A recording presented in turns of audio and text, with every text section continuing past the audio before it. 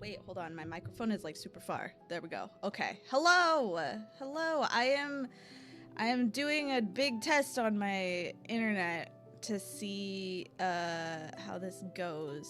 So, we're going to try this. Hi, Spartan. Oh my good lord, that is loud. Why is that so loud?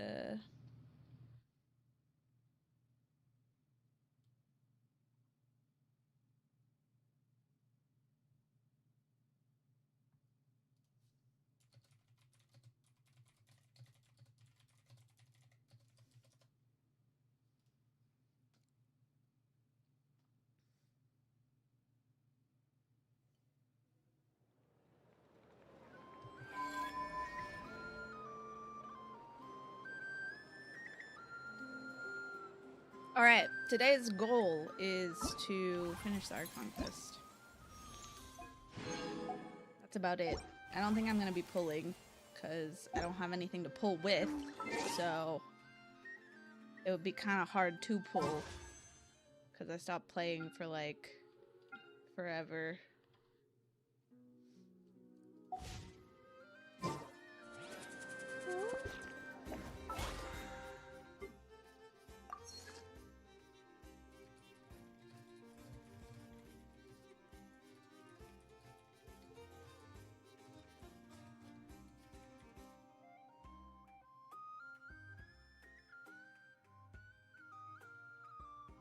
Okay, hold on. I am, like, testing this.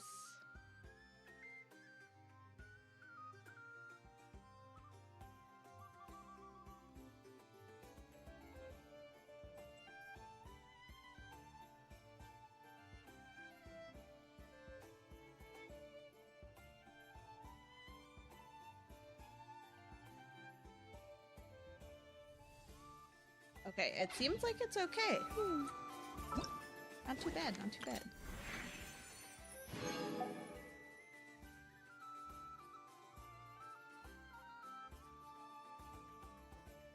Oh yeah, Lantern Night is happening soon.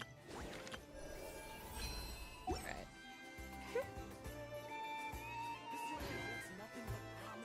Oh, no, no, no. No. It was loud for me personally because I turned my headphones up. Must be given to the wind. I turned my headphones up for something else, and then it was like way too loud. It's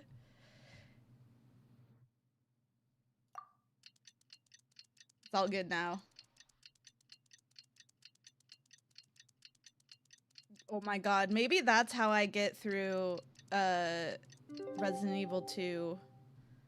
I make her Paimon. I make Mr. X Paimon because I got so scared.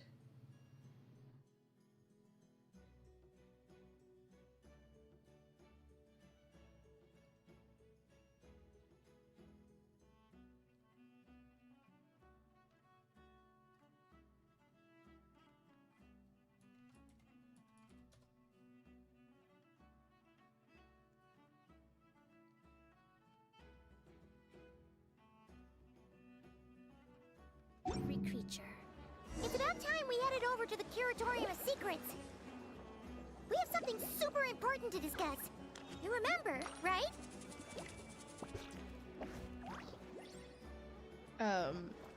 You can post it in my Discord if you want to.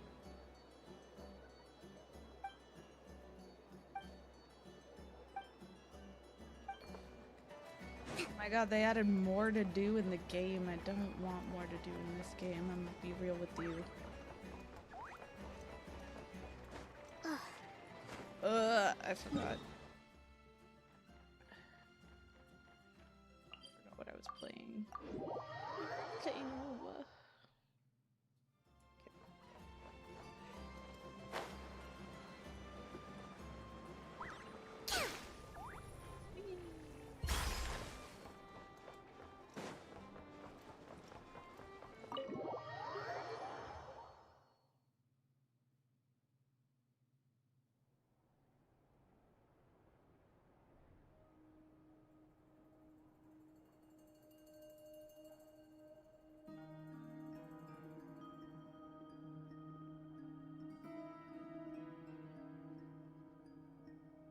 Looks like the gang's all here!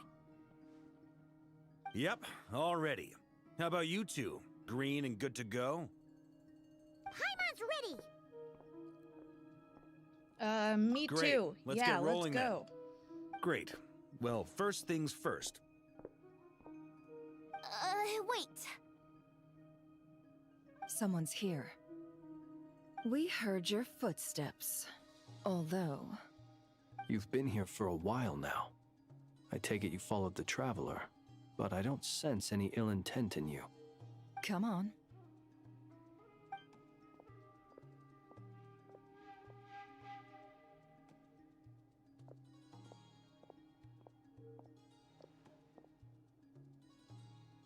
I figured it wouldn't take you long to notice me. I come bearing news from my lady, the Knave. Dottore went through the motions of returning to Snezhnaya, but it was obviously a facade. However, he has not returned to the Kuvaki Experimental Design Bureau, nor has he made an appearance in Nasha Town. Well, in that case, he'll be in his lab way up north. I always wondered why he applied for his own private pad. He was planning this all along.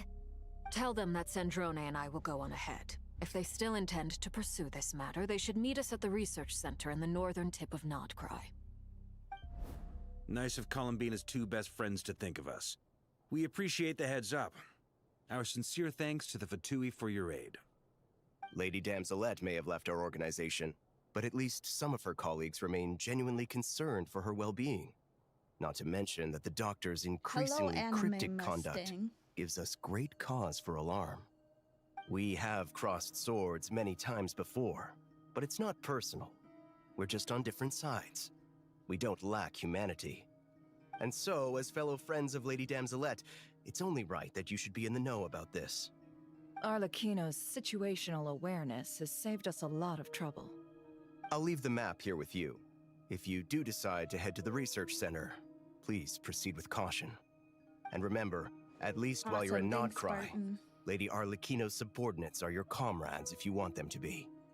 This is very accommodating of you. We can't thank you enough. Just doing my duty. I shall take my leave now. If you need us, you'll find us at the Experimental Design Bureau.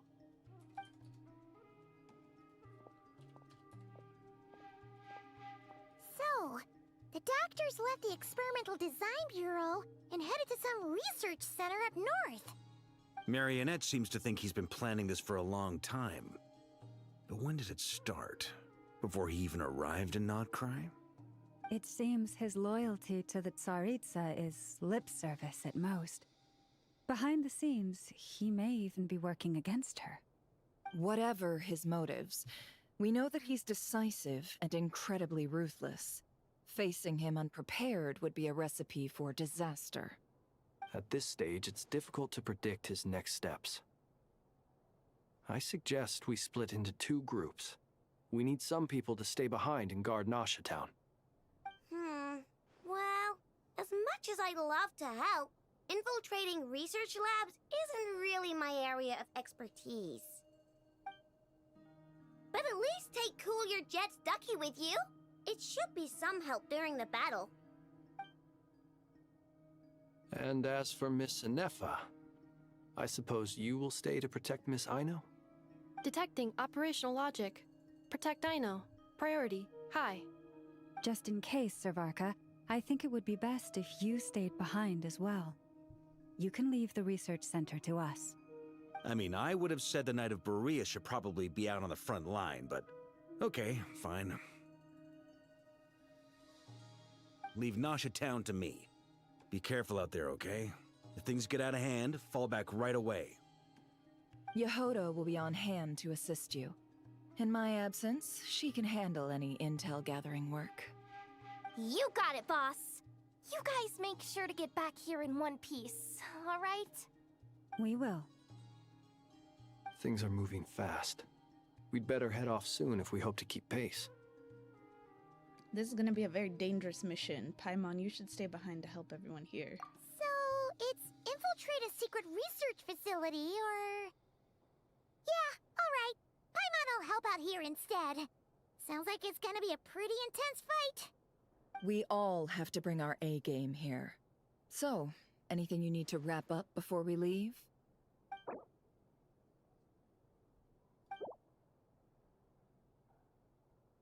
Then you'd better get going. Very well.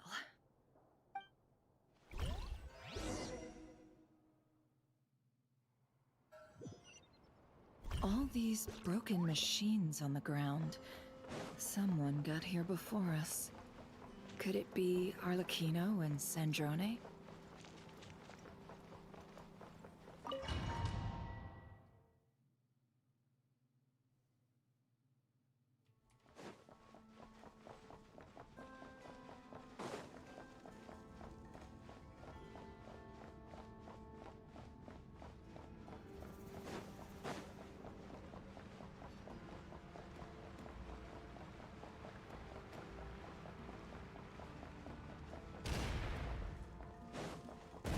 That's quite a welcome party.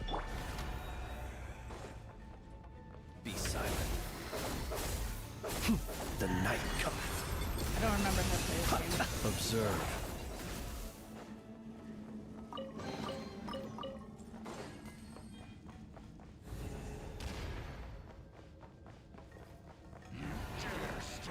Close your eyes. Observe.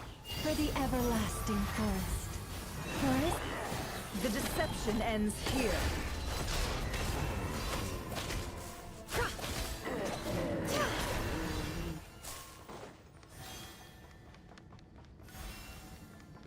Get back! I said get back! Do you hear me? Why isn't it working? No! Don't come any closer! Don't! Well, that guy is dead.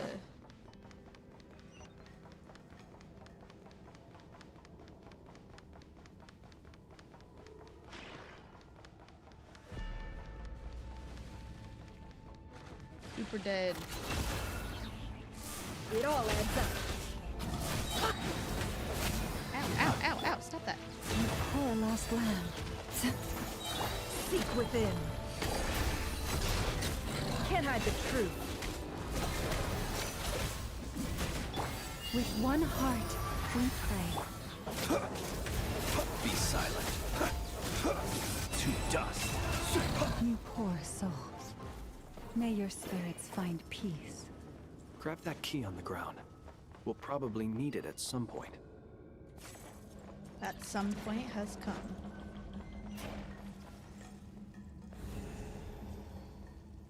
Watch out. There's no way through. Let's go around.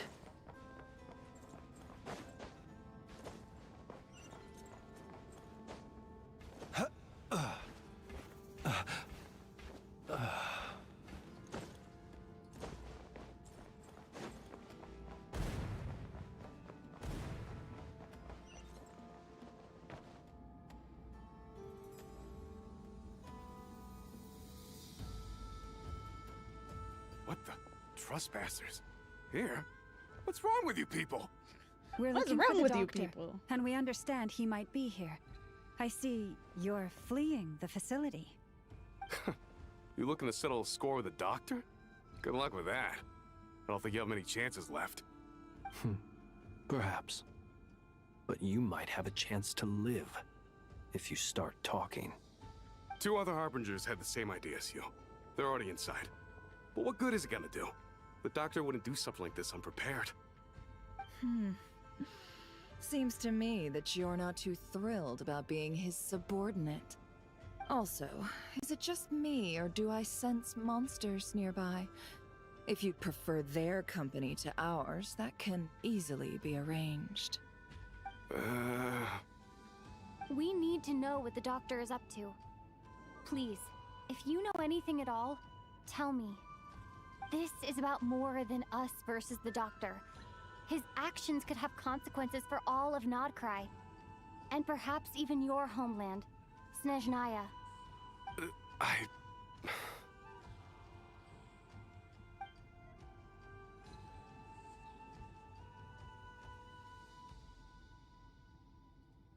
He's building something. Ambitious doesn't even begin to describe it. Feels like this could be the big one. God knows how long he's been planning it. A while back, he told us he'd be returning to Snezhnaya. We weren't expecting him back so soon. This time, he brought some gemstones with him, or something. 2 of them. The moon marrow spheres. He stole them from their rightful owner, Columbina. Oh, Dude, I can't maybe believe Damselette? Enfield comes out next week Last I heard, she already. left the Fatui. Before she went, she told us she'd finish what Her Majesty asked of her, and wished to focus on some personal matters. I remember thinking that leaving us might not be the best choice. I mean, I always looked up to the captain the most, and...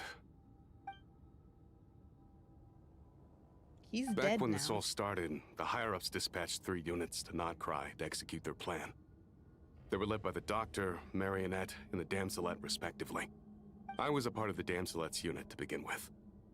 She never really interacted with us much. In fact, she seemed sort of detached from everything.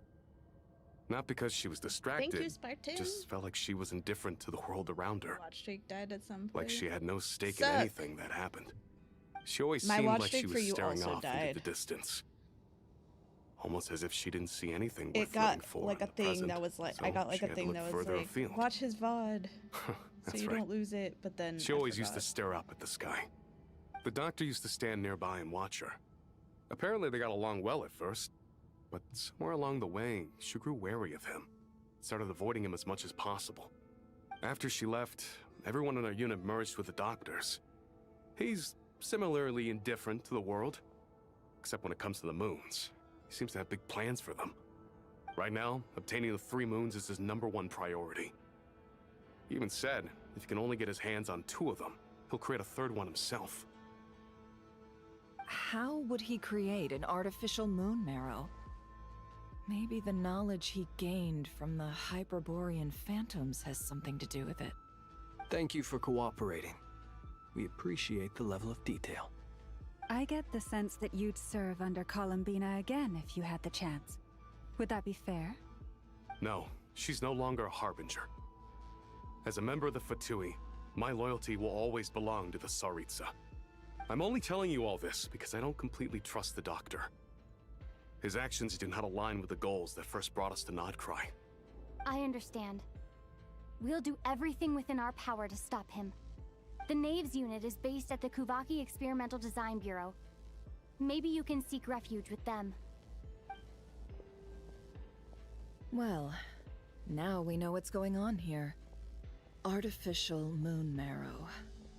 He's likely well on the way to completing it. Dottore's technological capabilities are far more advanced than I thought. I fear this could get ugly. Everyone, prepare yourselves.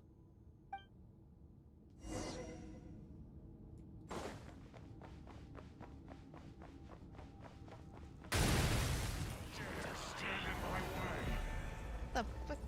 I got Close your stuck. eyes. That's ass. Bombs away! Water jet! Leave this place. The mystery unravels. It all adds up.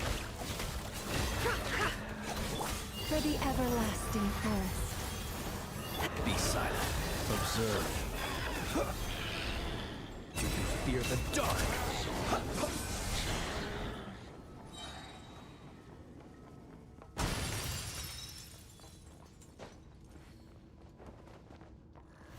Beware the creatures of the night.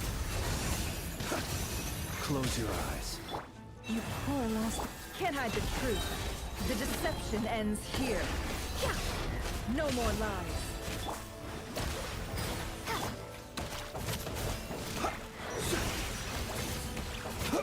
It all adds up. Leave this place. Guy the Frostman of old. Weird tease. I don't like it. No more lies. The mystery unravels.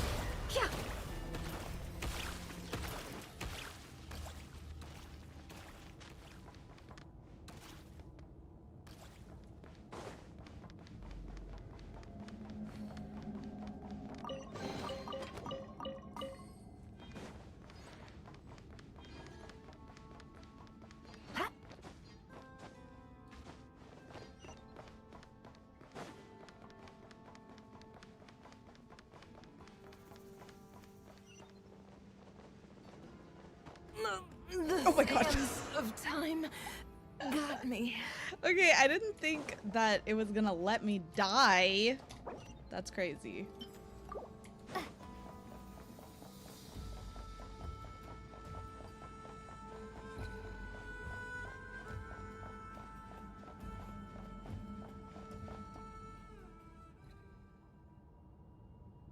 Welcome, one and all. I've been expecting you. I hope my humble research facility is to your liking. Yeah, we really appreciated fighting our way in through a horde of monsters. The gall. You expect us to believe you've just been patiently waiting for us? Of course I have. Should I be worried about something? Everything seems to be going quite smoothly so far, and you've shown up right on schedule. First Sandrone and Arlecchino, now you. Ah, quite a surfeit of guests I've had today.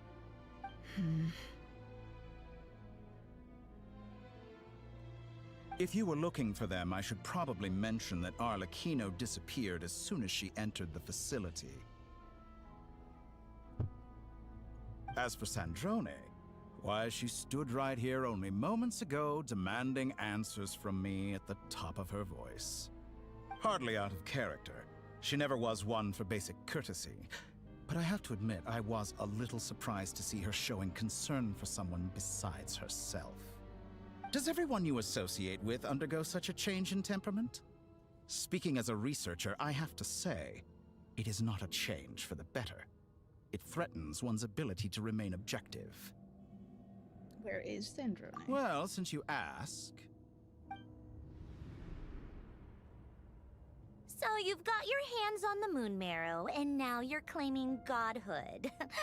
Don't you think that's a bit of a stretch, Dottore?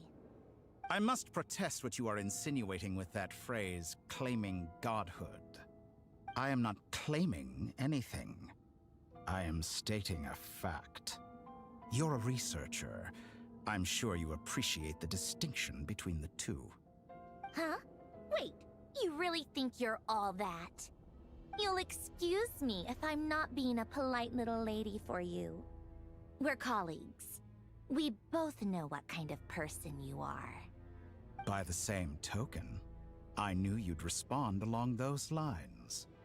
You and I both understand that facts speak louder than words. To that end, I've had my people send you a small gift. It should go some way toward helping you understand my present position. What gift?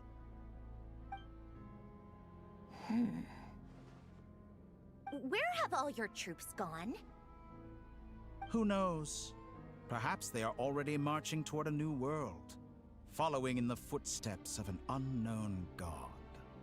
As vulgar and arrogant as you may be, dear Sandrone, I have no intention of taking out my displeasure on your subordinates. They will enjoy equal rights to my own.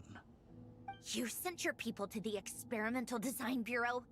That's a Tsaritsa's property.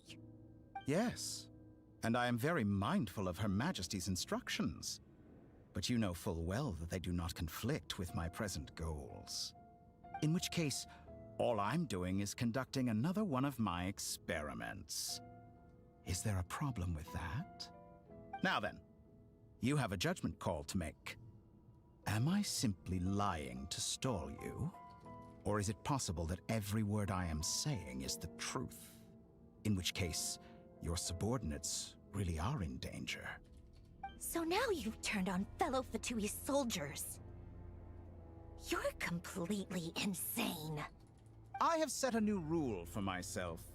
Each person gets one chance. Naturally, that includes you, Sandrone. If you wish to leave, I won't stop you. We are colleagues, after all. Scumbag!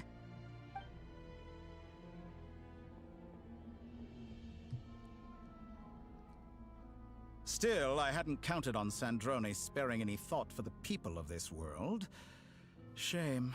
I always found her self-centeredness to be one of her few better qualities.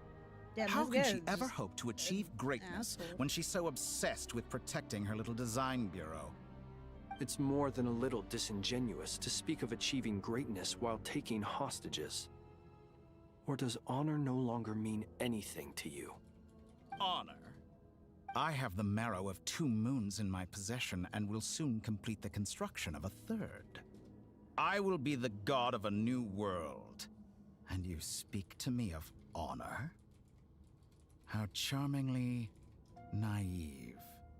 Those are sacred relics. You do not deserve them.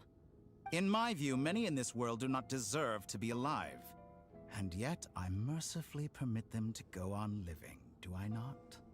You'll come to regret your actions. Will I now? Let's see if you can make me.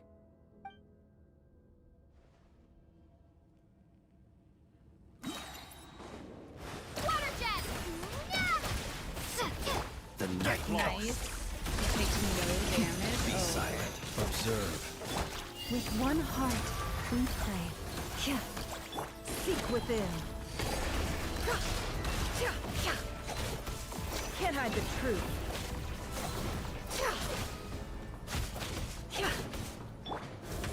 Close your eyes.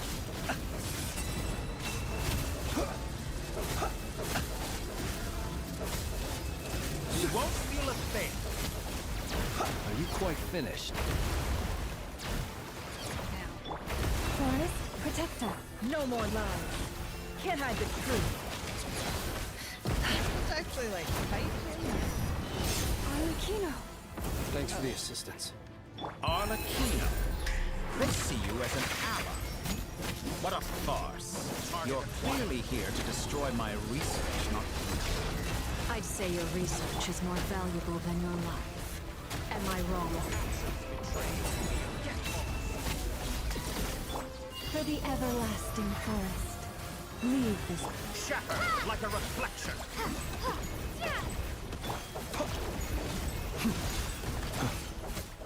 I expected Girly, so I much cannot more see. from you. I cannot see. Forest, protect us. It all adds up. Can't hide the truth. Overruled. Get lost. Wipe out! Be silent. Close your eyes. Is that the best you can do? Oh, these things. Be silent. I probably Fear Your the dark. actions betray your fear of me. No more lies. Is this all With it one takes heart, to tire? we pray. Seek within. Target acquired. It all adds up. Transfixed! Witness my rise! Is that the best you can do? Overruled! You poor lost lamb. I expected Close so your eyes. much more from you. Detour is too powerful with the artificial moon marrow in his arsenal. Fighting him is futile. Quickly!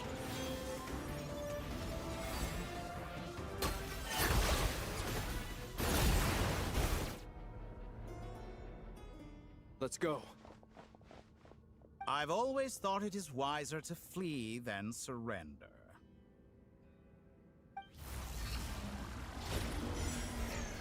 Watch out! What the? Forget about me! You should... Where's the Traveler?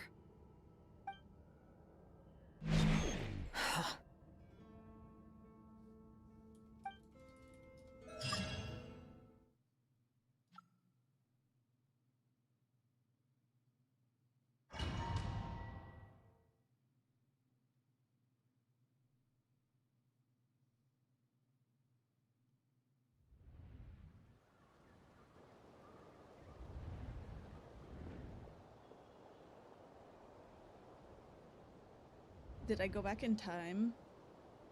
What just happened? Nasha Town? How did I get here? Strange.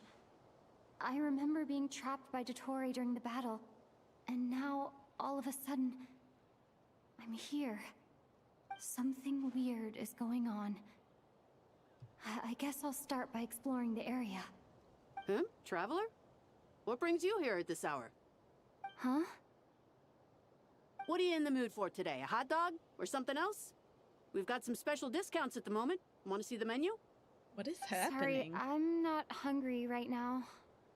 Ah. Well, feel free to take a seat for now. Let me know if you change your mind. Everyone seems to be acting normal. Am I just overthinking? Oh, darling, look who it is. One of our regular customers. Get the traveler something to eat, would you, dear? Wait. Why is he talking like that? Well, I'd love to, but can't serve a customer unless they order something. Anyway, I take it your business is wrapped up? Yes, thankfully. It was a long trip, and it's left me feeling pretty exhausted. But the upshot is, I won't have to leave again for a good while. We can have some quality time to ourselves. Wait. These two are a couple? I see some kids around too. I didn't know they had a family. Hey there! I haven't seen you in ages! What's keeping you so busy? I've been looking forward to playing with you again. Have we met? You forgot already? You're silly. Daddy brought you over to our house recently. We had some snacks together. What is she talking about? We've had a lot of customers over the last few days, so we've been real busy. And like my mom always says, some people are more than just customers. They're friends. Oh, another customer's arrived. I better go see what they want. This is all wrong. I never once heard the owner of this restaurant talk about their family. It certainly isn't a family-run business. And that child, I don't recognize her at all. Could this be a false memory? Very good. I knew you had it in you. Aren't you going to try the house special? When did he show up? No, none of this is real. You don't seem to like it here. That's fine. We can change venues.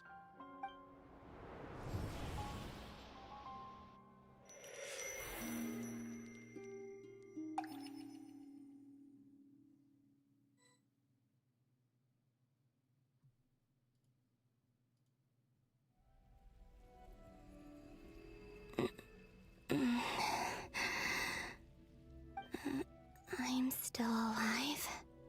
Where is this place? It took all my strength to open the moon gate, and then I leapt into it. So this is the moon's reflection? The mysterious realm beyond the gate?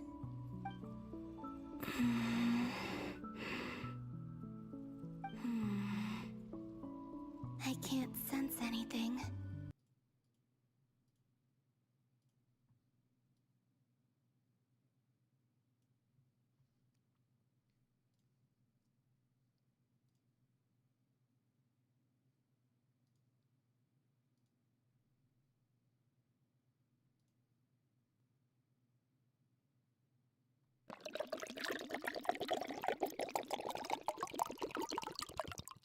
Thank you.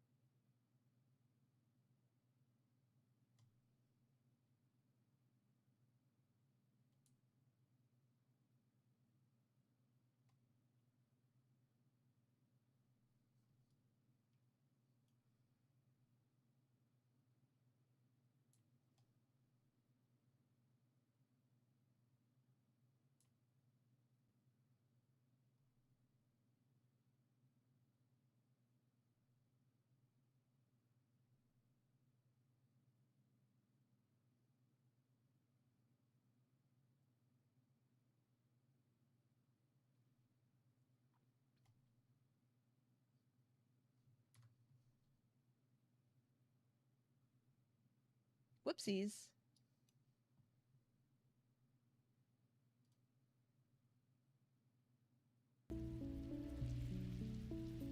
Sorry, I exited out of something and it made it silent.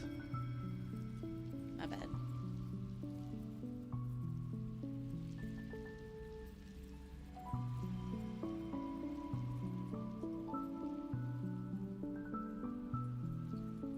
I did. I accidentally pressed buttons. Thank you for letting me know.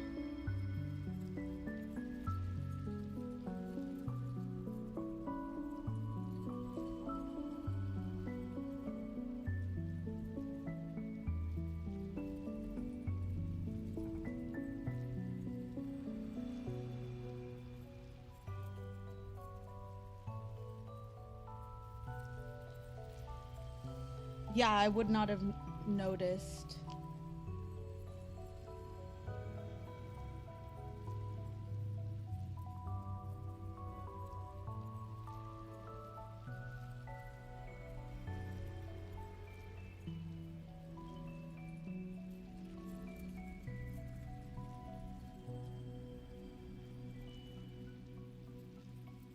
I'm not sure what the killing antidote is.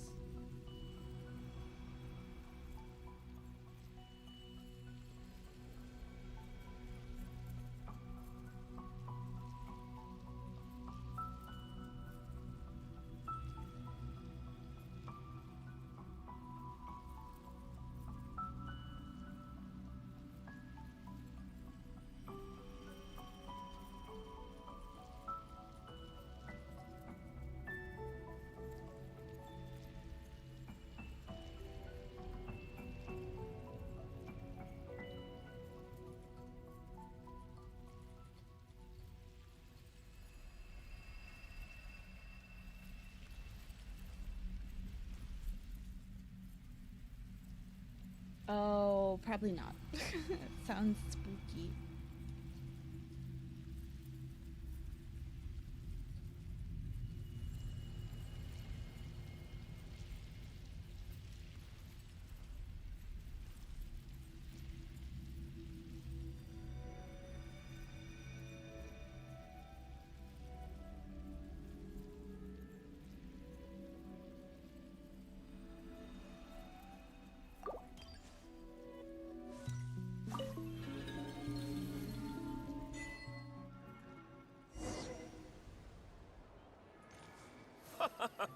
Welcome home, Moon Goddess.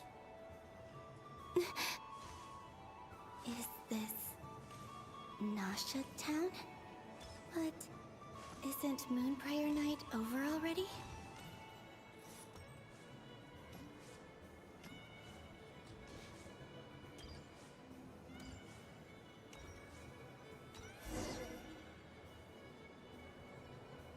Goodbye for now, Columbina. I hope you have a wonderful night. I will. Llama, everyone else, and me? Are these my memories?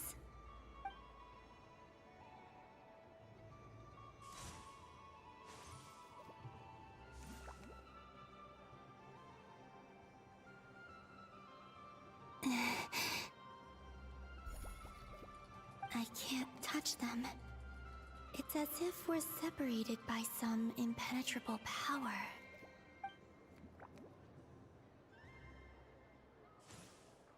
Over here! Over here!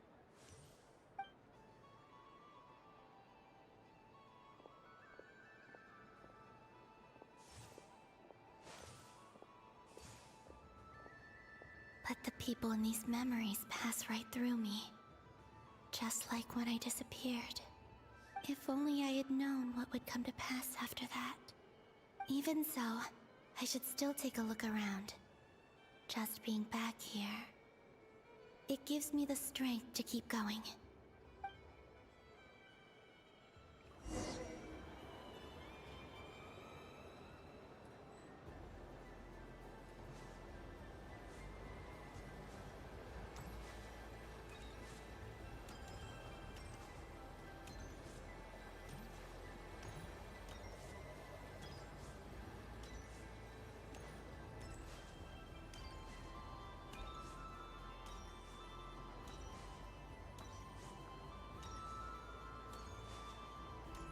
Am I supposed to do something specific?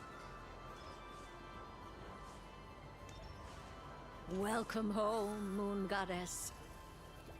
Oh, you're the genuine article. Alice was right. This Moon Prayer Night was worth watching after all. Oh, yes. That was the fortune-telling stall run by Barbeloth from the Hexen Circle.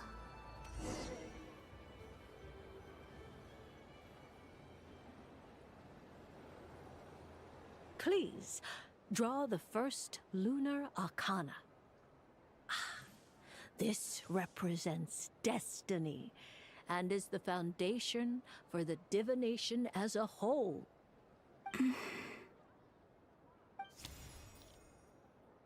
My destiny. I believe the card I drew was the moon. Now that I think about it, Barbeloth's divination was absolutely right. It's almost time to draw the last card. The one that represents the future.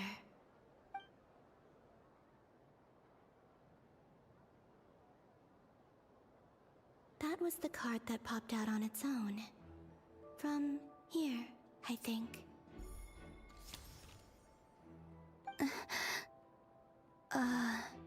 Kuvaki Pulse? What? Fascinating. I've never encountered this before in my role as a diviner. What's going on? Did that card leave the deck? Because of my influence? All I did was try to touch it, and then... Maybe this memory space is not untouchable after all. Are there weak points in the barrier? Or... is it possible that there's more to this space than my memories alone? This card is death. I need to get to the bottom of this. I'll try touching something else.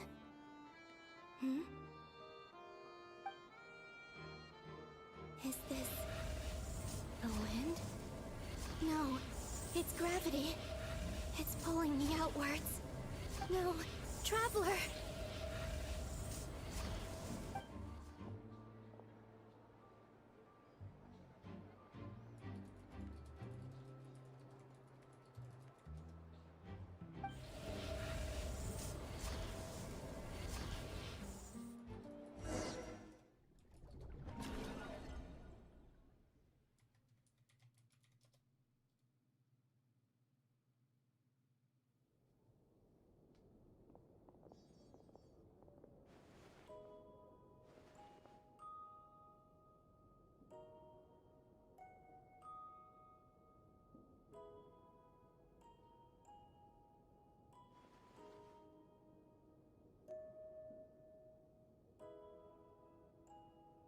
Haimon, listen to me. From the bottom of our hearts, we are so sorry. We completely understand how you must feel. The Traveler is trapped, and we all feel responsible for it. Don't say that! Haimon's not a little kid! You didn't leave her behind on purpose! There was nothing you could do! But... she's all alone in there! What if something happens to her? What are we gonna do then? We've barely spent any time apart since we met. Is she gonna... die? We must find a way to rescue her. We were all involved in the operation where she was captured, and we do not abandon our comrades. That being said, it won't be easy. Through conversation with the others on our return, we've arrived at a basic idea of what we're up against. Dottore's lab has clearly been in operation for a lot longer than we realized. We found many monster samples stored there. In all likelihood, they were materials he used to research his latest technology. We also know that through his contact with the phantoms of Hyperborea, he gained knowledge about the moons and certain Hyperborean technologies. Using this knowledge, he then fashioned an artificial moon marrow to serve as a replacement for the frost moon beyond the sky.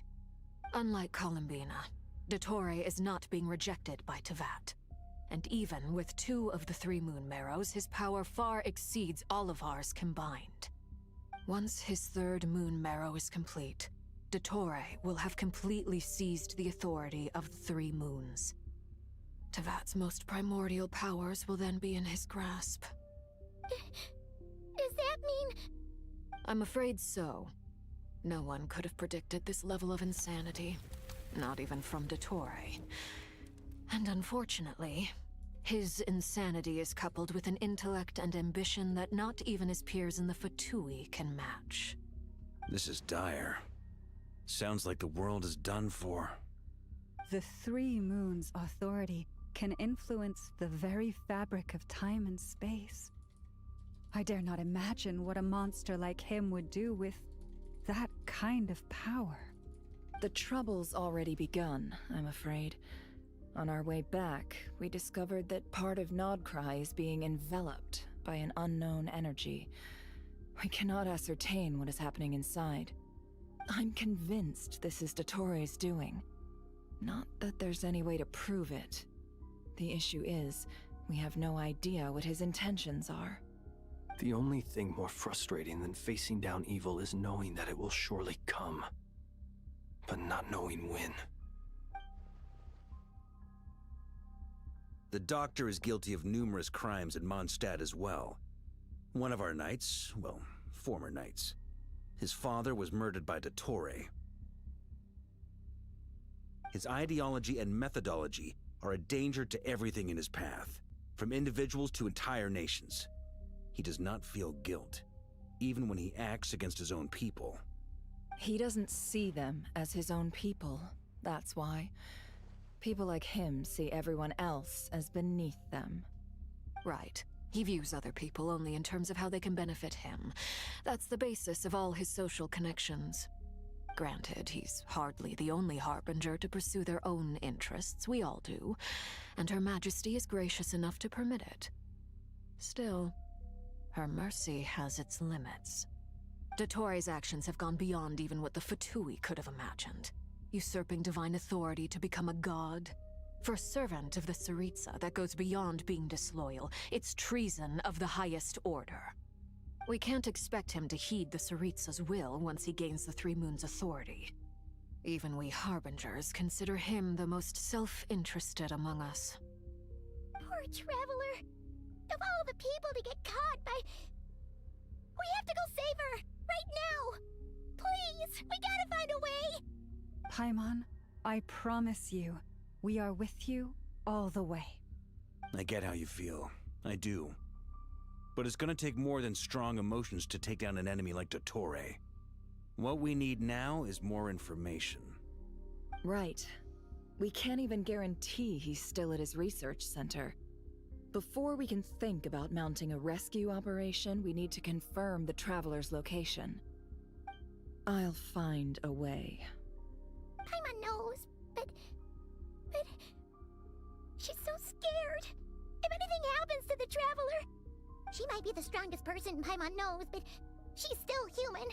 She feels pain and bleeds just like anyone else. Then think things through before you stick your neck out. Unless you want to lose your head. Sandrone. Miss Sandrone, you're okay? Put the stuff over there, and be gentle with it. Am I okay? As you can see, I've had to move my whole livelihood out of the Experimental Design Bureau. It's been swallowed up by Dottore's energy field. If I'd left it any longer, I probably would have gotten stuck there. Ugh, Dottore always goes a little loco when he finds a shiny new toy. Not that he'd ever admit that. But this time, he's gone full psycho.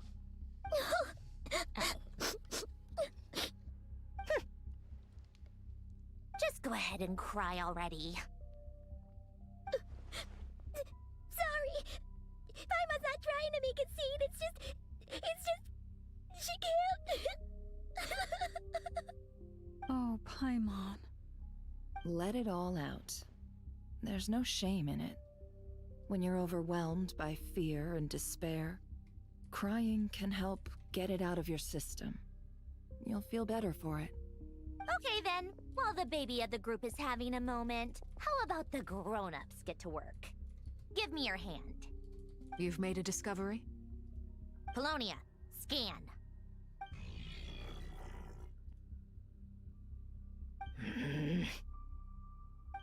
You, hand, now. Oh, I thought you'd never ask, my lady.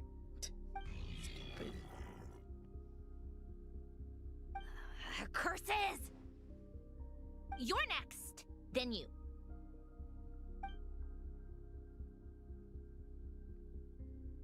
Dottore, you son of a... He's done something to us! Everyone who entered his research center has been implanted with some sort of curse. I don't feel anything unusual at the moment. Does that mean it hasn't activated yet? Is there a way to figure out its purpose and what might trigger it? My best guess is Dottore created it using the Moon Goddess's powers. 1 second, analyzing. Ugh! That friggin' maniac! So, what twisted game is he playing this time? The moment I analyzed the energy composition, some encrypted text appeared in my mind's eye. And when I deciphered it according to the Fatui standard encryption protocol, I got the following message. Feel free to run, or you will perish in Nod Cry. He's mocking us. Yep, he loves to toy with people. Only in this case, there might be more to it. But I didn't detect any murderous intent or malice either in the message or the curse's energy. As if this is him at his least malicious. Or perhaps all people are cowards in his eyes. Maybe he thinks the threat alone will be effective. What a despicable person. And he has the Traveler in his grasp. If I may, as unhinged as Dottore may be, he has always exercised great patience with the objects of his interest. I remember a comment he made when we first arrived in Nodcry. He said, "This world is, on the whole, an exceedingly dull place. But at least there are a few intriguing features, such as the gods, or the Traveler. Presumably, they interest him because they're unknown quantities. He wants to understand as much as he can about them." Agreed. The Traveler is Tevat's fourth descender. All Harbingers are aware of this. Since Dottore took such pains to capture the Traveler, he is unlikely to kill her right away. Okay, but we still have to do that rescue operation. Of course. I also think we need to read between the lines with Dottore's message. If he's encouraging us to run, that means we mustn't leave Nodcry under any circumstances. My guess is, his curse will only trigger if we leave.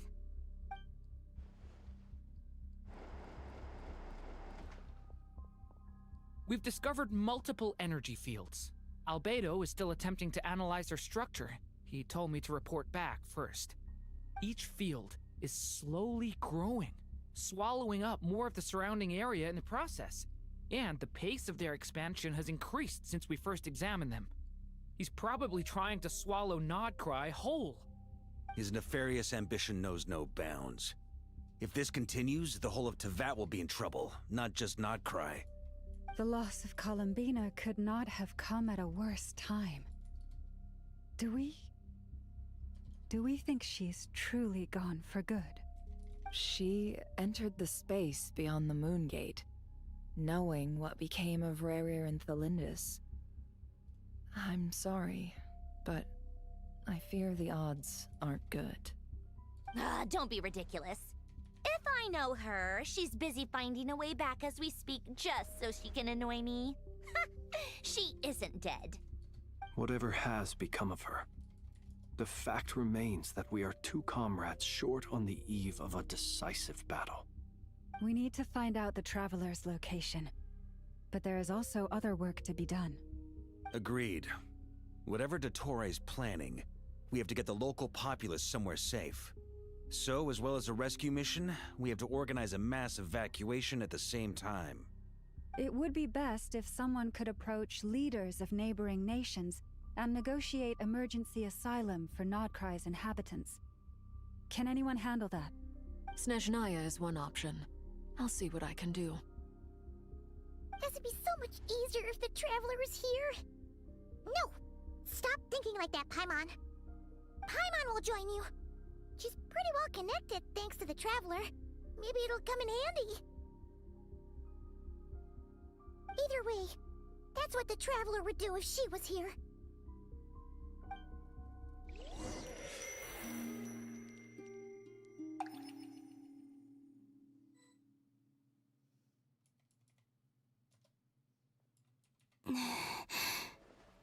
Back here again. That gravitational force that pulled me back. Is this where it came from? When I saw that memory of Moon Prayer Night, I think I influenced reality. Was it just a coincidence? Or if only I could have sent the others some kind of warning on Moon Prayer Night. Maybe we could have stopped Dottore. I feel so heavy. Does entering that space consume a lot of energy? Well, even so, I have to keep moving forward. Back to emptiness and silence again. I should try and find my way back inside that memory.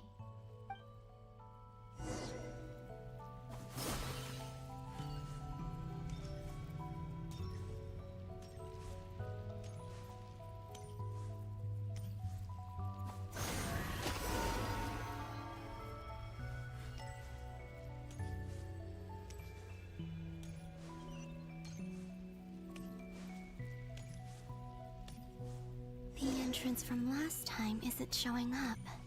Looks like I need to gather these scattered fragments.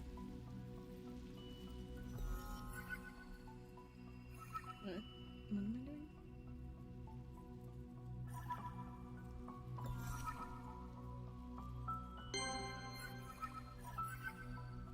Thank you for the follow. I don't really understand how this works.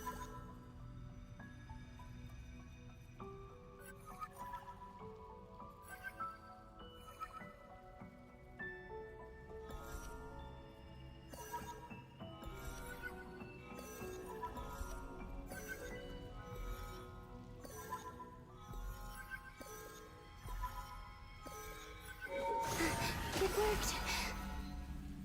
Hopefully I can stay inside for a bit longer this time.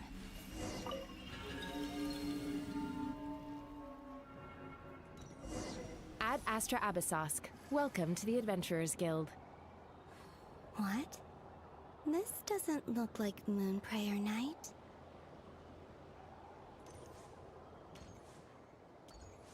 Extra, extra! Latest issue of the Nasha Express! I don't think I've ever been here. Maybe this space isn't comprised of my memories after all.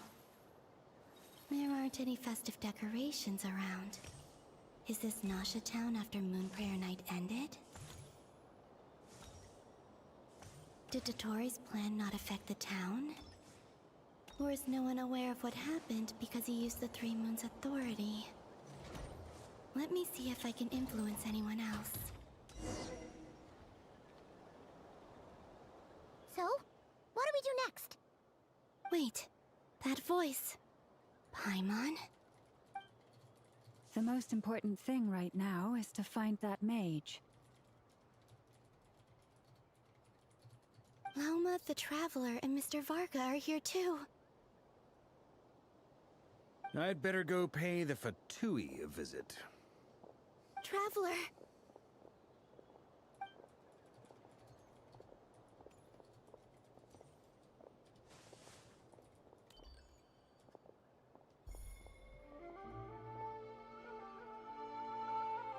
Huh?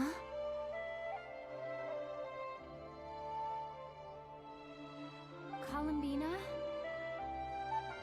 I made contact. It's me, Columbina. Huh?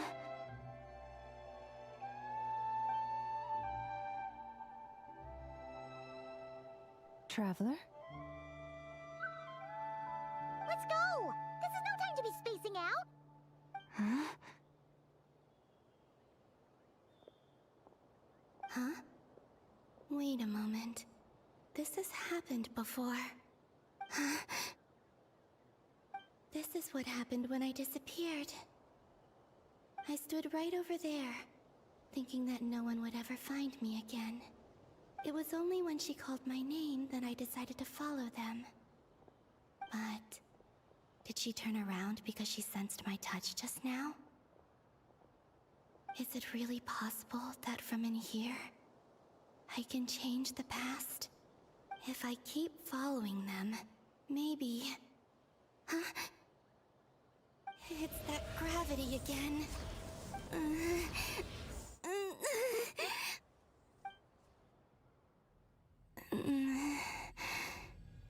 Every time I influence reality within that space, this force intervenes and pulls me back.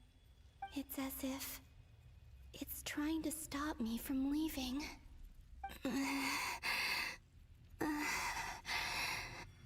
I'm getting weaker and weaker. I'll just have to try another approach next time. Come on, Columbina. Keep going. You have to tell everyone what happened.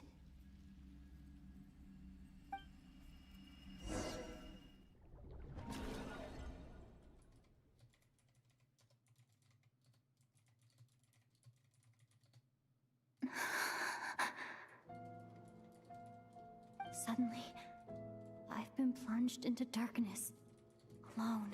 It feels strange.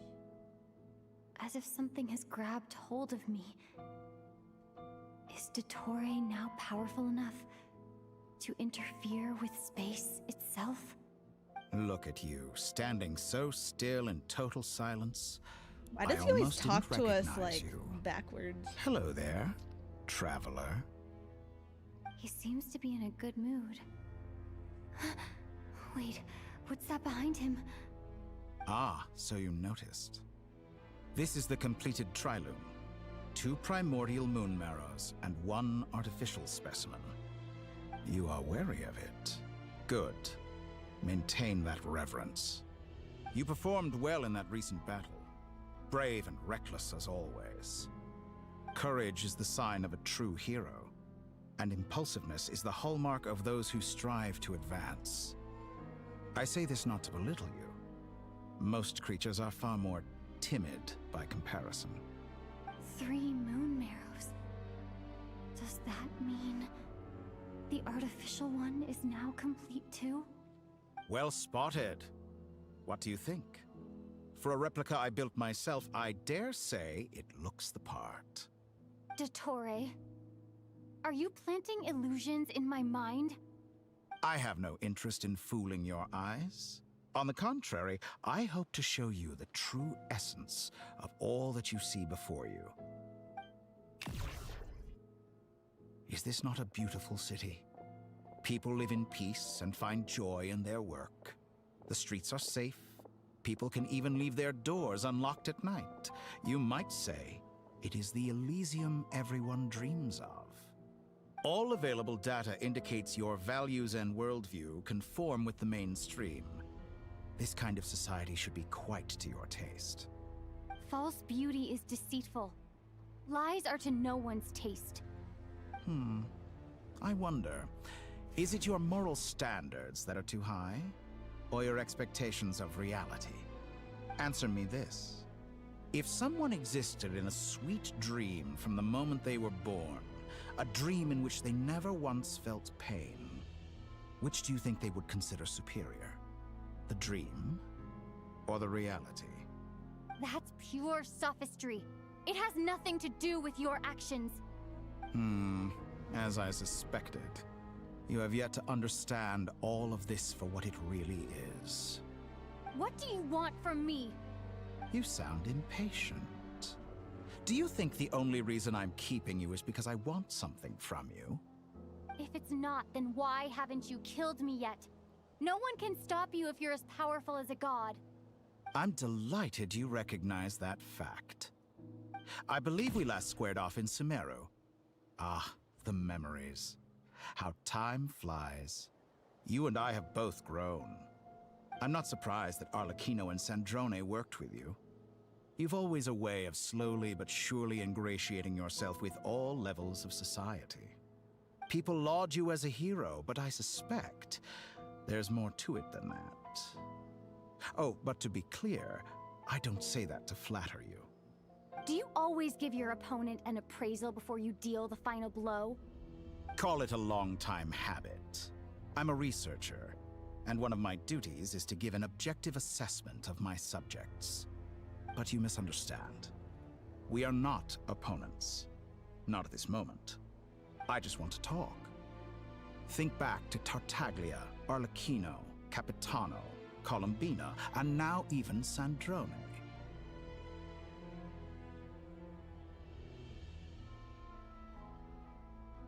You've worked with each of them in the past. I believe you can work with me as well. What makes you so sure? Well, why not? Should the good associate only with the good and the bad befriend only the bad? I like to think we could have a more mature relationship than that. Surely you don't think all your relationships are grounded in friendship or shared ideals? People come together because it benefits them to do so. If you think of the people you admire, you must surely admit that they have provided some benefit to you. Morality, ambition, dreams. People have plenty of words to embellish the nature of their relationships. But once you break free from those ethical frameworks, you will see that the only thing connecting the two of you is mutual benefit. And that is what I'd like to talk to you about. We're finally getting into it. He's probably been planning to kidnap me for a long time now. But for what exactly? He has the authority of all three moons. I won't be able to gain the upper hand in a fight. Best if I pretend that I'm willing to negotiate for now. You say you're a god, but you also speak of mutual benefit. What could a god want that the three moons cannot provide? Excellent question. But before I answer, I would ask you the same thing. Gaining Colombina's allegiance was a rare and extraordinary feat. But the Moon Marrows are now in my hands, and I have the edge over her. For this artificial moon is not being rejected by Tevat. Her identity and lineage may have been a thing of glory in the old world, but they were also shackles that prevented her from ever integrating into Tevat. I, on the other hand, you may view me as a thief, but I have overcome that limitation. So what is it that the Three Moons cannot grant you? What stops you from negotiating with me to get what you want? I don't make deals with lying psychopaths. That's quite an accusation. Are you expecting me to get angry with you? Well, this is one aspect in which my personal growth has served me well. In the past, my less mature self might have been disappointed, perhaps even angry, over a small setback like this. Like when you and Lesser Lord Kusanali joined forces to oppose me, for example. But things are different now. Just as the rich do not quibble with the poor, I no longer find myself perturbed by these trivial affairs. Human relationships end with conflicts of emotions and interests. But relations between humans and gods are different. And ours is even more unique. I have ascended to the highest heights and laid claim to unprecedented horizons. And you were no ordinary person to begin with.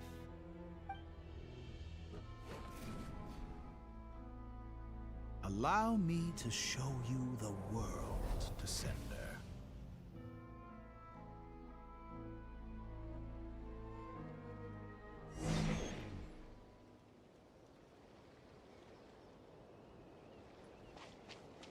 To stand, walk, jump, sit, and lie down. These are the most common of behaviors.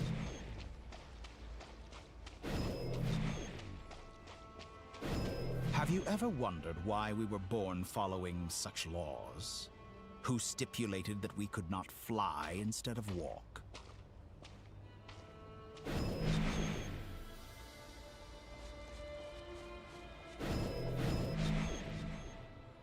I feel like that's just gravity.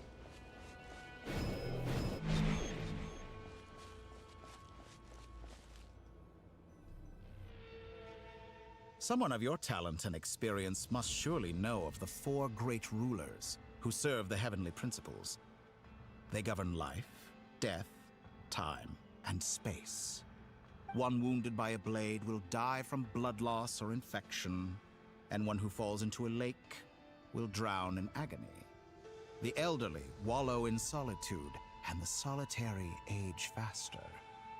Eventually, new life is born, only to embark on the same path of suffering. These 4 divisions anchor the world and shackle those who live in it. But they themselves transcend its boundaries, squandering the power bestowed by the heavens. All who live yearn for equality, but unless the gods prostrate themselves and profess that they are mere servants of the living, equality can never exist. What? You cannot sit there. Who makes the rules we must live by? Who has the right to restrict us? The limits of the body can be rejected.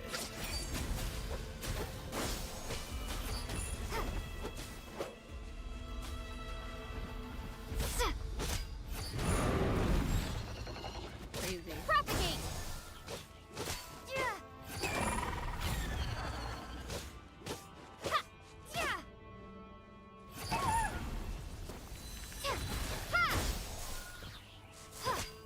How does it feel to be among those with absolute power? I mean, I already had a You lot cannot of power, conceive the extent to which your flesh hinders your mind and spirit.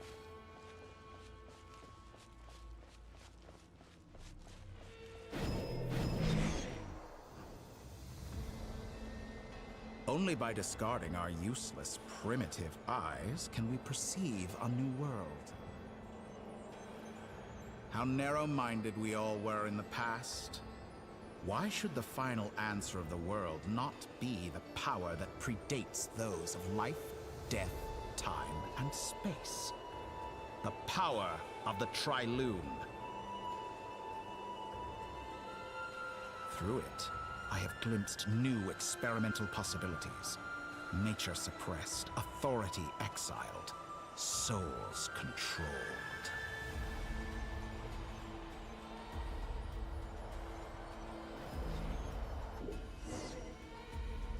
You know, I heard recently that a group of critics reviewed countless stories and drew an interesting conclusion.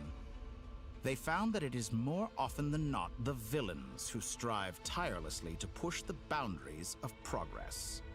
In fact, long before this, someone voiced a similar idea in an academia editorial.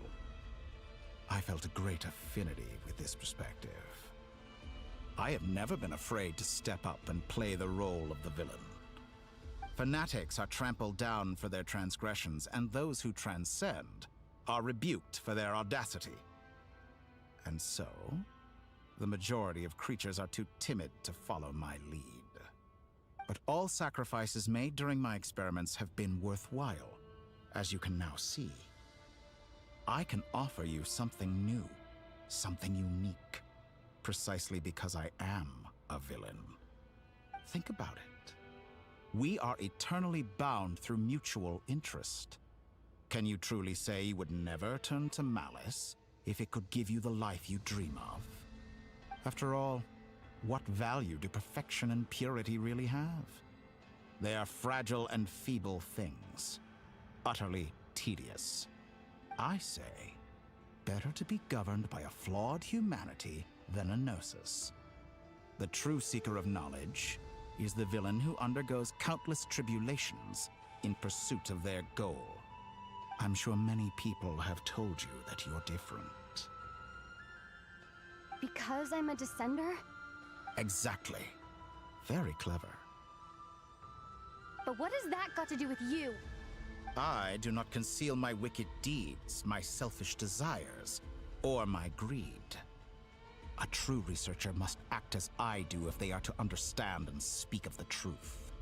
And yet, a knowledge seeker like myself will inevitably grow tired of studying Tevat beyond a point. You have traveled to all corners of the world and met many people. Along the way, there have been moments when you were misunderstood or even became a wanted criminal. And all the while, you have spent your days doing some of the most mundane jobs in the world. You fight and toil, claim minuscule rewards from my friend Pantalone, then you fight some more, winning some battles and losing others as your search goes on. And this cycle continues, with no end in sight. Surely you must sometimes grow weary of being stuck in this same loop day after day. We're completely different. I embrace everything that life throws at me. I am engaged in every step of my journey. How does that make us different? I too embrace what life brings, researching everything that interests me. Think of all the novel things I've managed to create. Like the artificial moon marrow. Don't you see? As unique a specimen as she was, even Columbina is not irreplaceable. Take that back. She's gone because of your actions. I didn't say that to anger you. Though admittedly, I don't see what there is to be angry about. Anything Columbina could do for you, I can do better.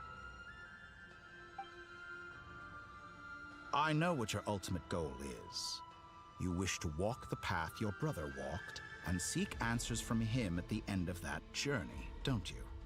Someone like you could never understand what it feels like to care about another person the way I care about him. Perhaps not. But that doesn't mean I can't help. I could find your brother right now, bring him before you, and make him give you the answers you seek. Don't be so presumptuous. You'll never begin to understand the situation between us. Oh, no. This is no presumption. I'm only offering what I know is possible with the power of the Trilune. But it seems like you would sooner continue with your journey through this world. Why? Do you truly desire this journey? Or is it simply a necessary process from which you cannot escape? Think of all the time and energy you have spent, everything you've had to endure just to make it this far. Is this really what you want? Or has your hand been forced by the promise of that final answer? Yes, you have made many friends. But do they ever spare a thought for the void in your heart and what it yearns for? What you want is not friends. It is family. But do they know this? I, on the other hand, am far more considerate. Join my experiment, and in return, I will bring your meaningless journey and all its struggles to an end. This is a malicious attempt to manipulate me. But at the same time, he's stating some very human truths. Of course, he's right about my predicament. How can I deny it? I have faced ungrateful strangers, never-ending troubles, an endless quest for answers. I want to see him. After everything I've been through, words can't describe how much I miss him. How much I want to be reunited with him. Wherever you are right now. Do you miss me too?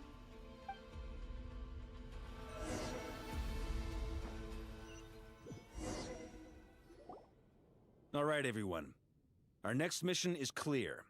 We need to contact all the major organizations, explain the situation to the public, and then begin the evacuation. The residents of Not Cry are quite dispersed. The two most populated areas are the Southern Isles and Pyramida. Miss Lauma, I will leave Hisi Island and Nasha Town in your hands. I will liaise with the Fatui and Pyramida. Agreed.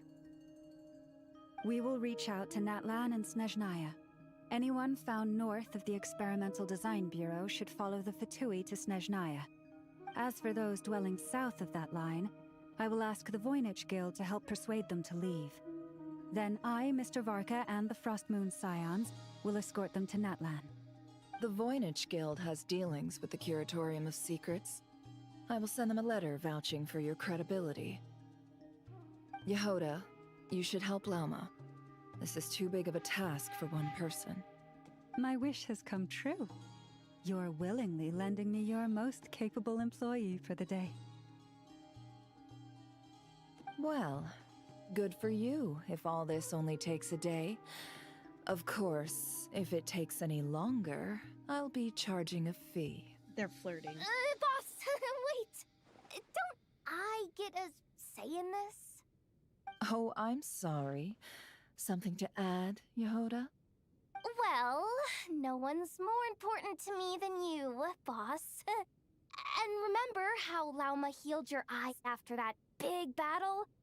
I think that's worth at least 2 or 3 days' work for the Frost Moon Scions.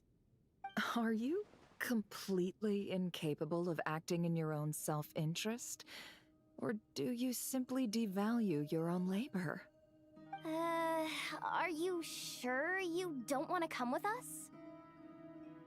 Who will see to our other work if we're all busy evacuating residents? Sandrone insists that Columbina is still alive, and we have a traveler to rescue. There's much to be done. But boss, I'm just worried that... Well, Nefer, I'll link up with you once my tasks are complete.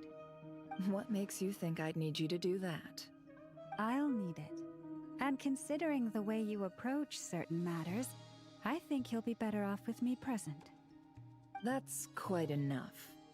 Just focus on your work first. I bet we're in for an uphill battle here. But we can help out too. Inefa and I are gonna help Nasha Town's residents carry their stuff. Loading schedule. Store essential local research data and technology samples, then escort the people to Natlan. Understood. I will execute this to the best of my abilities.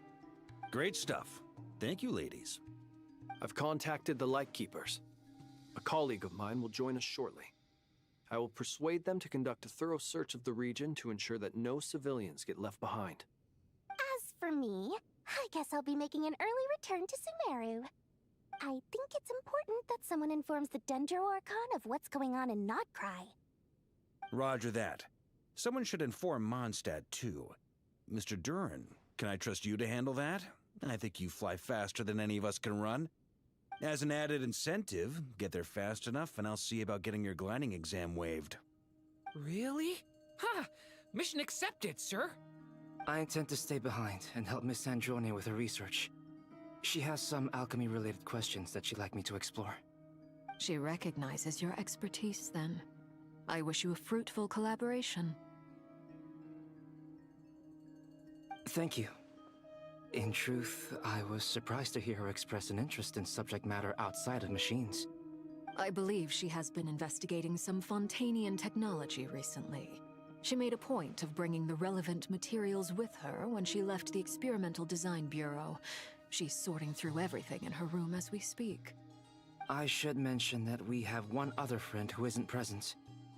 He hasn't made his position in all of this clear. But if we know anything about him, he's likely investigating on his own. Paimon's been very quiet today. But I know how close she and the Traveler are with the Natlanese. She should come with us to the border. Okay. Paimon will do her best. Make sure to heed Sandrone's warning. Many of us have been cursed by Dottore. As such, under no circumstances should anyone cross national borders. Remain within Nodcry. That aside, personally I have faith in Columbina. Things look grim, sure, but who knows how it'll play out. Same goes for rescuing the Traveler. Both of them are important allies and friends. We'll be counting on you to gather intel on them, Miss Nefer. Oh, wonderful. You're all here.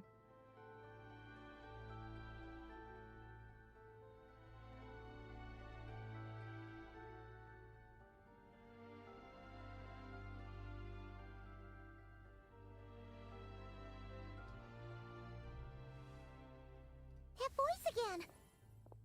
Nicole? Whoa, that was loud! And it came out of nowhere. So mysterious. Sorry, this is the only way I can speak to you all right now.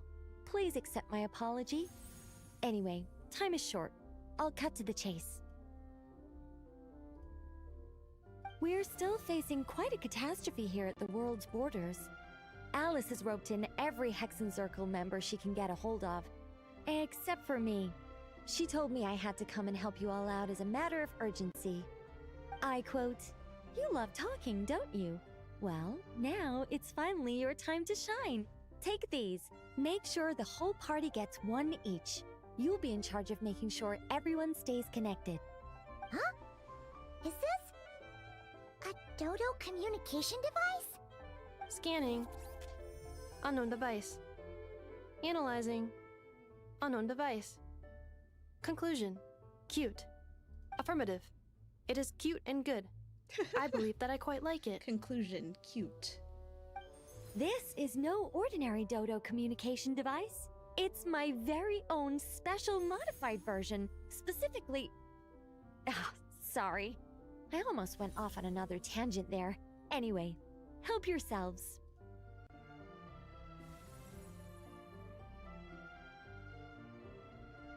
It will allow us to communicate over long distances within Nodcry. No more worrying about shuttling messages back and forth. What astounding technology. Am I right in assuming that it relies on your personal abilities to function, Miss Nicole? Yes, exactly. Right on cue, Albedo. I'd love to brag to you all about how it all works. But no, next time. Anyway, I'll be right with you all, serving as a communication hub. That's all from me. Head off as soon as you're ready. I'll be staying here to keep watch, and I'll be sending you my blessings.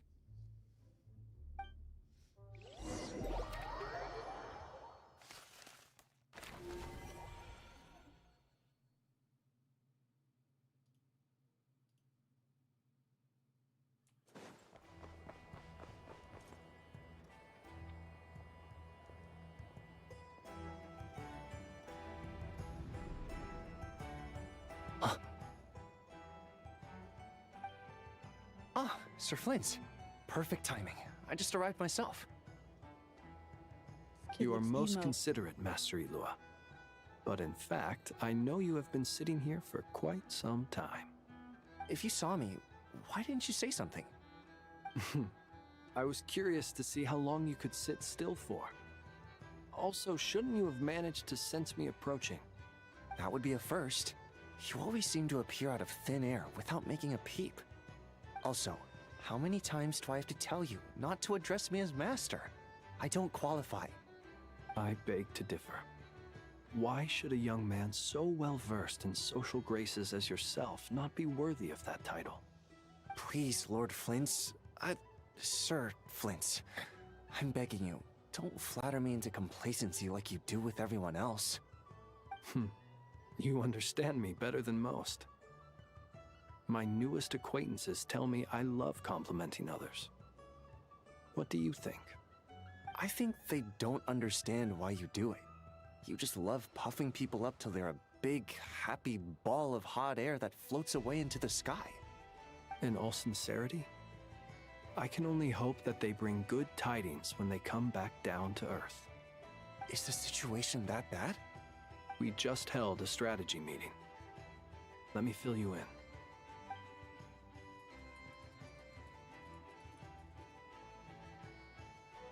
In short, we need everyone gone from Pyramida.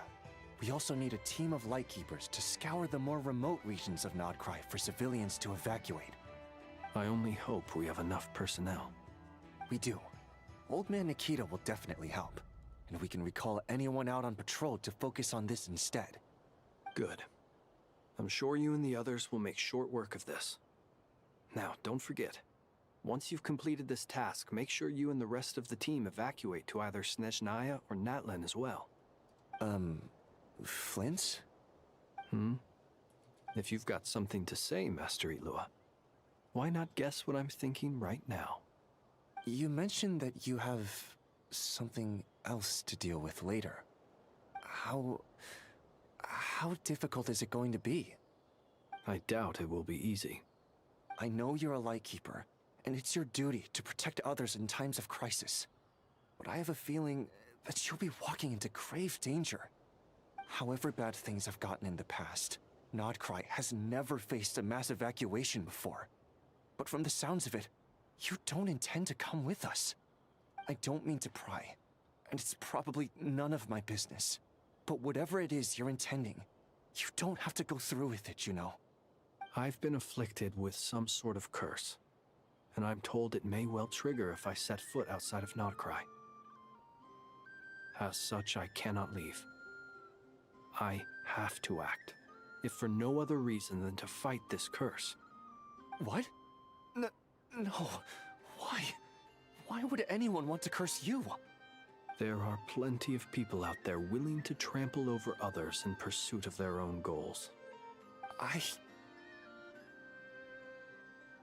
Frankly, Sir Flint, I am furious. You're making light of what is an incredibly serious situation. Indeed I am. And? And what? I told you, I'm furious about this. Nothing I can do about it, I'm afraid. Things happen, and we just have to deal with them. If you find yourself feeling angry, perhaps start by drinking a big glass of water. Hey, you mean you're completely unmoved by my anger? I'm devastated. I'm gonna try that next time I'm Then angry. allow me to express Just my gonna sincerest drink a regret. big glass of water. Come by the lighthouse sometime. We'll catch ourselves a few fish, have a little barbecue, play some cards, and bask in the sun. Maybe I need to spell this out. Lean in a little, Flint. Oh my, this doesn't bode well. Word is that you were caught up in a real horror show recently. People were amazed that you returned safe and sound. They've been debating whether you're even human. I've returned safe and sound from plenty of crises. When you say people, do you mean other people? Or do you just mean you? Fine. I'll be frank. You're not human, are you? Heavens. Now that's a horrifying thought. You know what? Forget it. We'll revisit this once it's all over. A sound plan. Albeit a little ominous sounding. Just promise me you'll come back in one piece, all right? For you, Master Ilua. How could I refuse? Also, please pass my regards on to our colleagues. Tell them, thank you all for your assistance. Please put safety first as you proceed with the operation.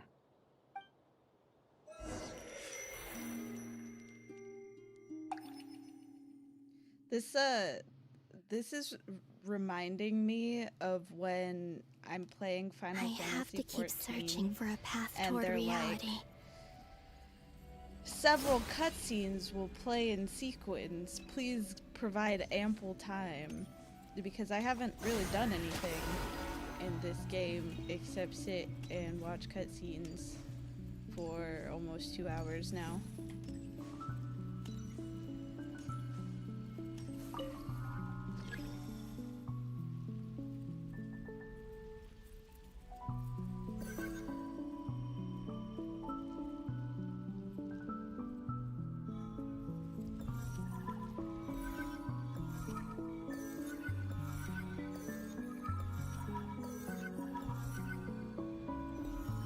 This should do it.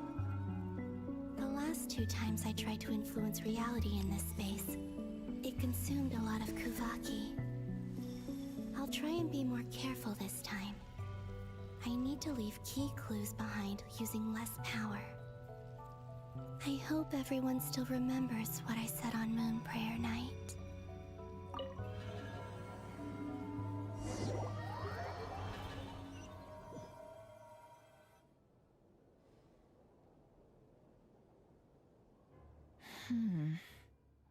Nothing here either.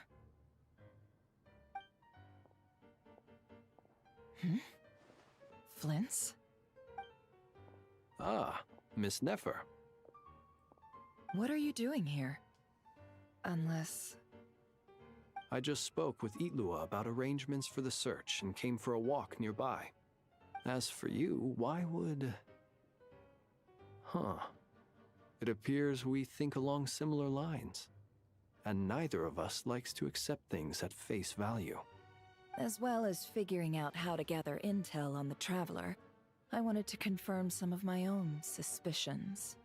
Also, we'll need to bring a lot of force to bear against Ettore, even if we're only looking to rescue the Traveler. We can't leave anything to chance. You don't think Columbina perished either, do you? I'm merely considering the possibility that she survived, just as you are. How much can we really know about a deity like her anyway? Do you remember what she said on Moon Prayer Night? About using moonlight to send messages to us? Of course. I think that's why we're both here. Where have you checked so far? I've been focusing on the outdoors. Anywhere the moonlight shines. I checked most of Nasha Town, but didn't find anything. I checked the Curatorium of Secrets, and a few rooms where I thought I might find some leads. But no luck here either. The only places I haven't looked yet are the rooms in the flagship. But process of elimination isn't the only thing that brought me here. Oh, really? What's your other reason? After all that build-up, our mystery ally never showed up even once!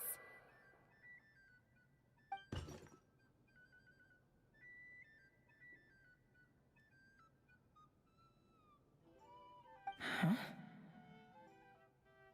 Am I imagining things?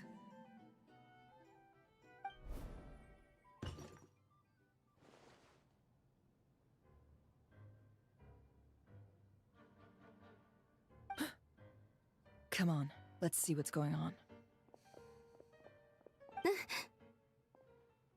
Oh no. I knocked over a vase as soon as I came in. It must have been caused by a Kuvaki fluctuation when I entered the space. Although, it seems like I'm not about to be pulled away this time. It looks like as long as I'm careful with my actions, it doesn't count as influencing reality. Anyway, is this the flagship? The Traveler mentioned that's where she was staying. I only went into the lobby last time, so I've never actually been here before. How does this space work? If nothing else, I can now be sure that it is not simply memory. She mentioned where her room was. I think it's... this one.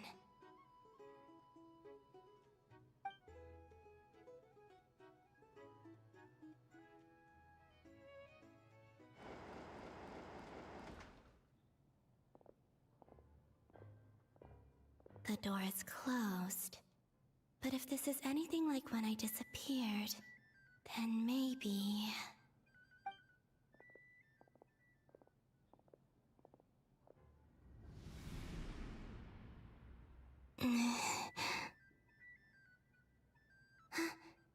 I'm in. She and Paimon aren't here at the moment. I hope she's okay. I wonder what happened to her after that battle with Ettore. Best not to dwell on that for now. I need to try and leave them some clues.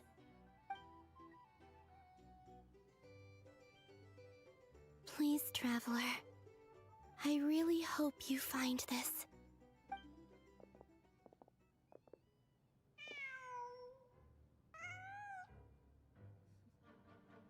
Cat. Huh. Just a cat. Nothing else here strikes me as noteworthy. Didn't you stay here for a couple of nights once? Before Rerir showed himself, yes. It's also where the Traveler and I first met. Did you notice anything unusual during your stay? I remember thinking how much noisier the flagship is at night compared to the graveyard. Other than that, no. The Traveler and Paimon were most congenial neighbors. This is where they've been staying, yes? Over here? That's right. I wouldn't usually condone breaking and entering, but we can make it up to them later. Focus now. I have to write a message on the wall using Kuvaki, just like I said on Moon Prayer Night. Simply open your windows on nights when the moon shines bright, and the moonlight will naturally flow towards the words I have written. Here goes. I'll need to carefully control my strength.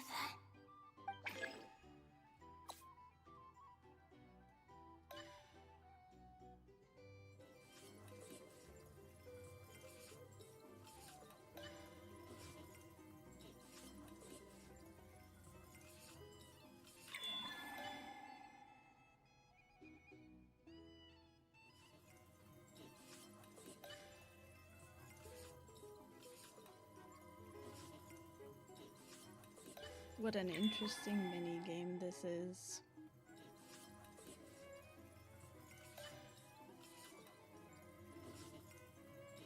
Ah! I fucked it up. This feels like fishing. I think this is the same mini game as fishing.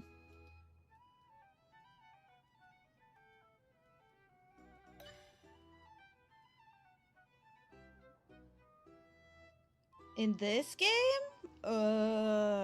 Probably Yaemiko. Hmm? There's a noise outside the door.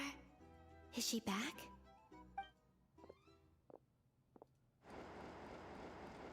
Please, you have to see these words.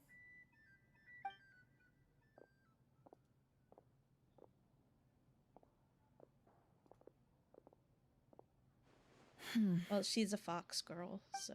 Well, do you sense peek. anything? Unfortunately, no. And this place was our last chance. Not necessarily. We've only looked in Nasha Town so far. Miss Columbina said she would leave messages at her friends' dwellings. It's still worth checking where Miss Lauma lives and where I live. Let's try and make some time to look into those then. Wait. What are you waiting for? Oh, Paimon might have overeaten slightly. What's that look for? This is a victory feast.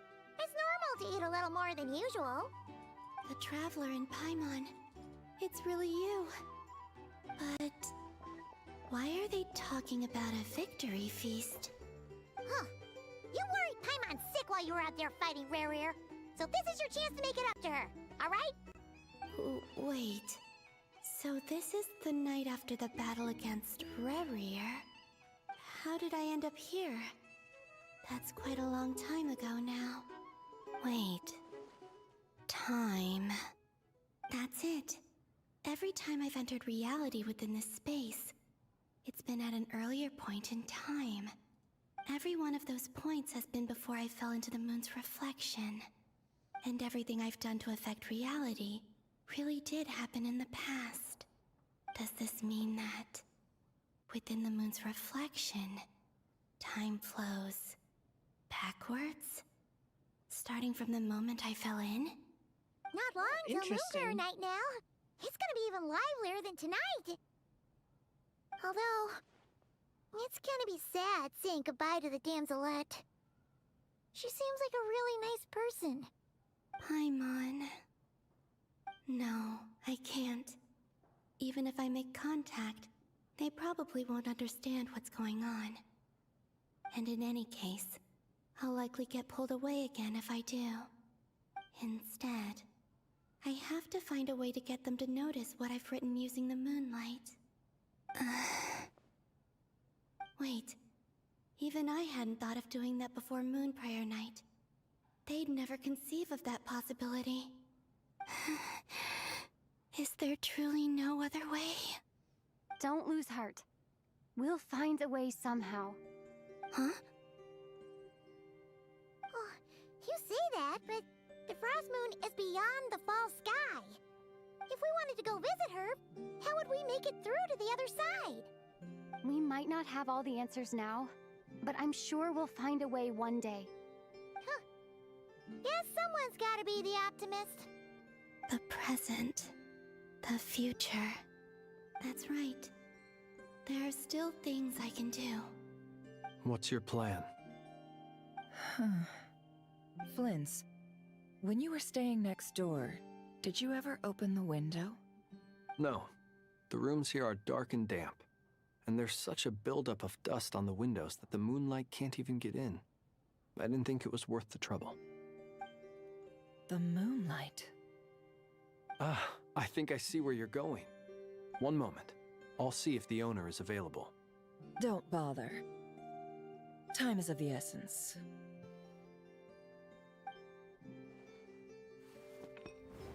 Time. Even if no one sees what I've written at this moment, maybe someone will remember what I said after Moon Prayer Night. I need to write down as much information as I can. And maybe one day...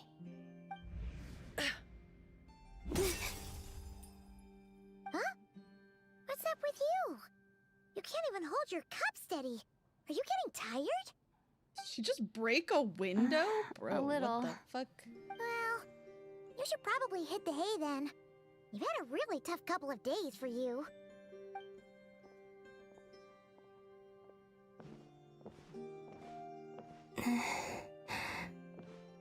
You truly have. You helped defeat Rerir, helped me reclaim my name, and you helped the others organize Moon Prayer Night. Wherever you are right now, I'm sure you're still fighting against the injustices of fate. This is all I can leave for them. How I wish I could stay here. But it's time for me to go. I hope to see you again in the next time. And if the opportunity presents itself. Not in the next life or anything. I will just surely in the return next to your time. side. Huh. Columbina. She's alive. Not only that, but she's left us an entire wall's worth of clues. She even wrote down what would happen on Moon Prayer Night. It's just a shame we found it too late. I am here. Time in this place flows backwards. I am constantly moving forward. It sounds like she's found a way to influence the past using Kuvaki. But her future is our past. So, these words have been here ever since we defeated the Ray hero Solnari. We just never discovered them. Which came first, the chicken or the egg? Do you ever mull over questions like that? Only when I'm in a good mood and at leisure. Well, I never do. Everything that has happened already belongs to the realm of fact. As a business person, and especially an intel broker, what I do is extrapolate from those facts to try and read the future. An admirable philosophy. It's a means of survival. Let's go. We have a wall's worth of clues to share with the others.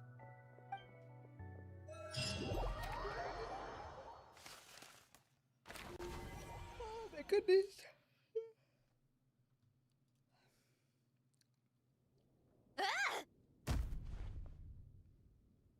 It appears that the doctor's energy signature has changed to something similar to Kuvaki, but not like the Kuvaki we're used to.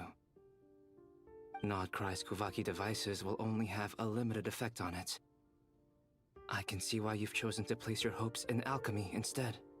Also, I must say these books are rather profound. My subordinates just shipped them in from Fontaine. Some of them are from the Narcissenkreuz Ordo. Some are incident reports from Petrichor, and then there's a few test reports for these junk machines. Additionally, after some further scanning, I've discovered something extremely annoying. What's that? Teyvat's skies contain multiple moons. A long time ago, when I did my first scan, I detected 3. Just as the legends say. But when I checked again just now, I detected 4 moons. So there's one extra? Yeah. Originally, I thought that if I could still find 3 moons, that would at least mean Columbina's still alive. But then it occurred to me that apart from the Frost Moon, Tevat's moons are just husks.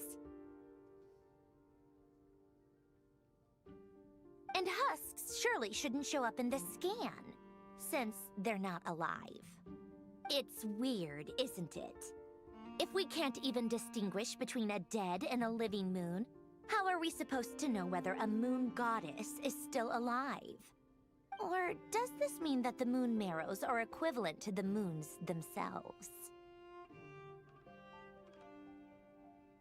It's certainly possible. In which case, the 4th moon you detected may be Dottore artificial creation. So he wasn't bluffing. He really built his own moon marrow. Ugh! I'm so mad right now! It's easy to get overwhelmed when you have too much on your plate.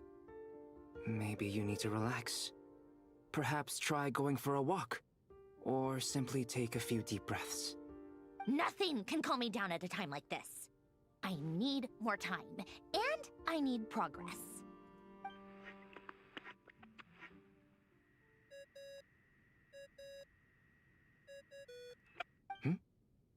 It's Mr. Flynn's. I really hate that ringing tone. Ugh. First the 4 orthants of the Narcissenkreuz, then moon marrows. Now what? Oh, sorry if we're disturbing you. Might I ask what's troubling you? What do you want? We're busy. Are you still at the Curatorium of Secrets? Yeah. Look, everyone else is still out, so there's no hurry.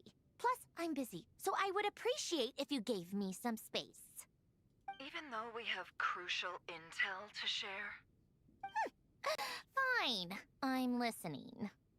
Do you intend to share it via the Dodo communication device? Ordinarily I would, but this is a unique situation. I think it's best that we discuss it in person. See you at the Curatorium.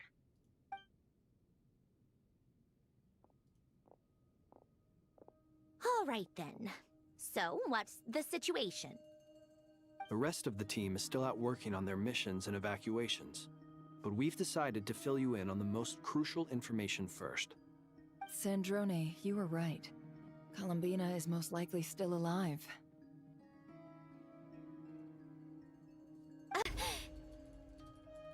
That's the best news we've received in a while. By a long way.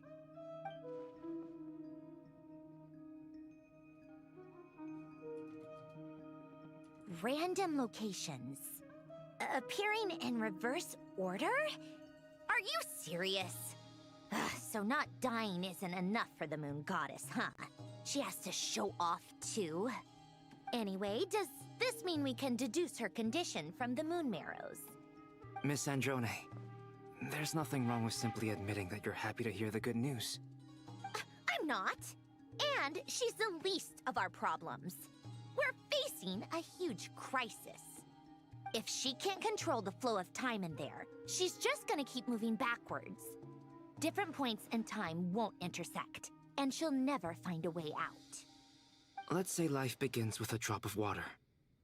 When did time begin? The moment this planet came into being? No, that's not right. Her final destination would be the moment at which the space she is in was created. But it doesn't seem like we can influence that space from the outside world. So how can we help her?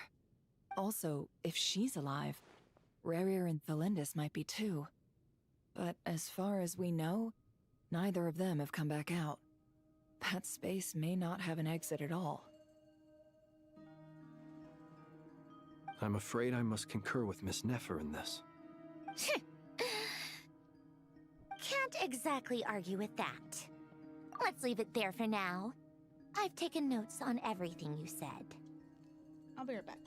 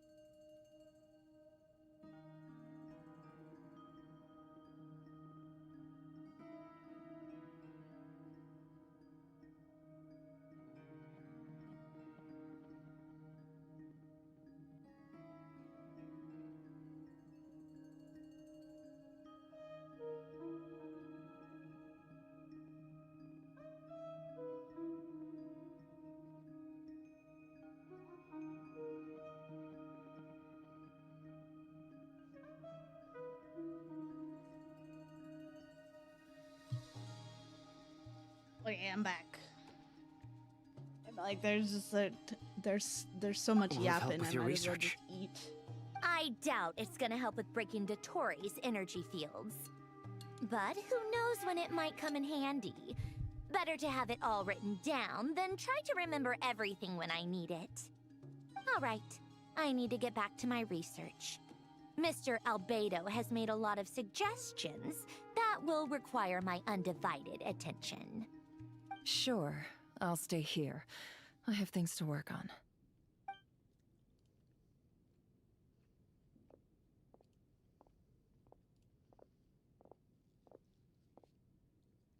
Paimon, are you there? Oh, right. She went with Varka to Natlan, didn't she? Good thing we've moved her and the Traveler's luggage in here. Speaking of the Traveler, where could they be? There's a note from Paimon. Paimon here. Not in at the moment, but if anyone needs to borrow her stuff or the Travelers, go ahead and help yourself. Paimon won't be mad. But I will also, be. Traveler, if you get back before Paimon, make sure to get some rest. Paimon misses you a lot, but put your health first, all right? How sweet. Well, since you offered, Paimon, don't mind if I do. This is the Traveler and Paimon's luggage. All the items they use day to day are here. It's well organized. I wonder which of them is responsible for that. What do we have here?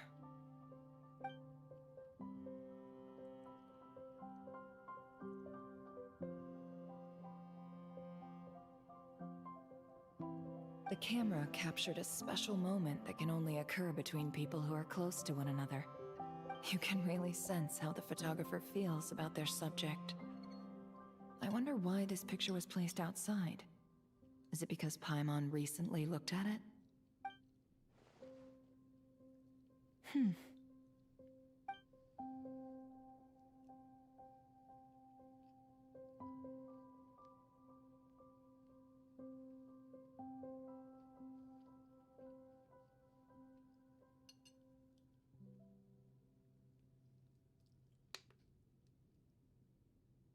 This must belong to the Traveler. Perfect. I'll use this. Hang in there. We'll find you.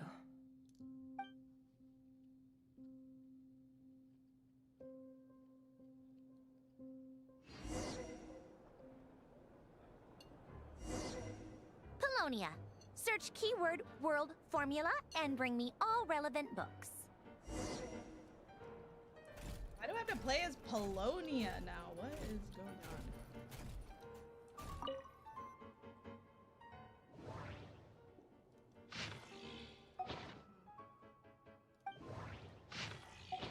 Crazy that they wrote all this out thinking I would actually read it.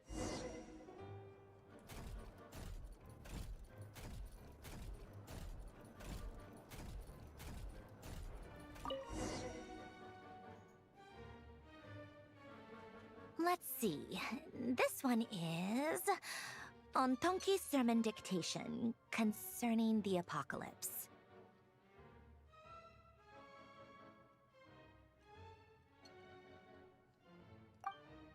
I believe that the correct term for this is Fortuna. This was an ancient Romorian technology, a wisdom unparalleled. I never imagined that Romorian ideas would be so similar to the diagram I have named, the world formula. This is strong evidence that human civilization should gradually shed possibilities as it continues to explore and evolve. The end of humankind may well be upon us right now. The sparks of civilization shall run out, unless we consider introducing variables from outside the system. Variables. Surely that can only mean one thing. Descenders? Dottore likely captured the Traveler because of her descender status. But the Three Moons' authority comes from the world itself. Why would Dottore need anything beyond that? Where does this variable factor in? The world formula calculates the fate of an entire world. Introducing a variable would therefore give us...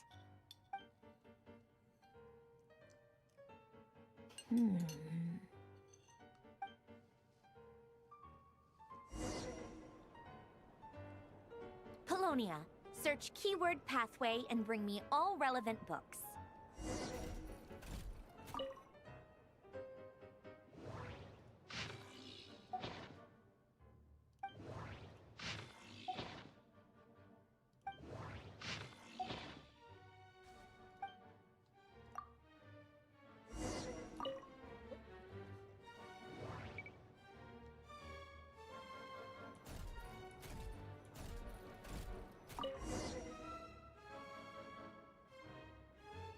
Otonki Sermon Dictation. Explications on the Chemical Marriage. These titles are pretty esoteric.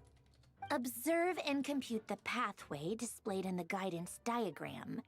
Deconstructing and reversing its effects could generate potential ideas. So, it's one of Renee's draft lectures. Deconstructing the pathway. I suppose that could lead to a breakthrough.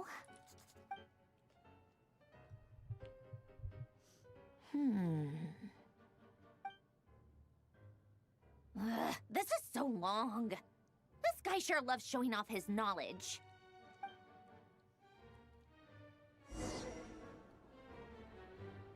Polonia, search keyword tree model and bring me all relevant books.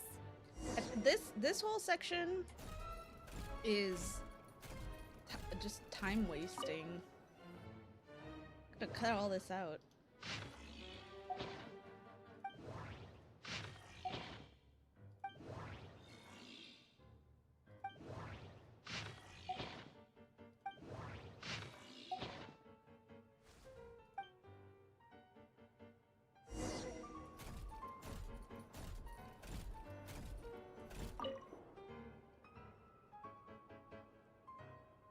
Most of the experimental devices proposed by the Lilia Crucis Ordo are built based on the simple and basic logical structure of a tree model.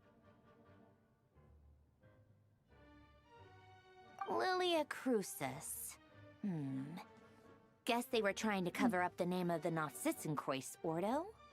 When Duke St. Germanus departed, he said, "It seems that there's no going back." Alas, he is only a genius when it comes to machines.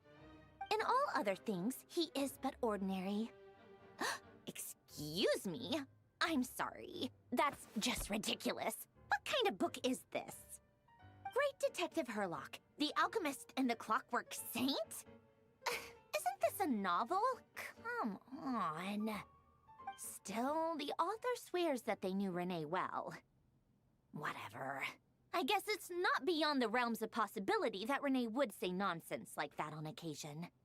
Memory, wishes, souls, and persona. Frankly, this sounds more like occultism, but if Albedo vouches for it, I suppose there must be some alchemical basis to these techniques. The way Alain Guillotin saw it, the world was comprised of machines. The universe needed machines, and thus his technologies were created. That's why I was born. Renee, his full name was Renee de Petrichor, if I recall correctly. Sounds like he and the town must be intricately connected. That place was also the source of most of our information regarding Remurian civilization. Seems like some of his projects were based on their technology. The cutting of souls and storing them in vessels. These seemingly unrelated techniques underpinned Renee's research. Assuming that the four orthants correspond to alchemical categories. The chemical marriage model? Alain would have scoffed at that. He never would have let those theories or parameters anywhere near his mathematical formulas.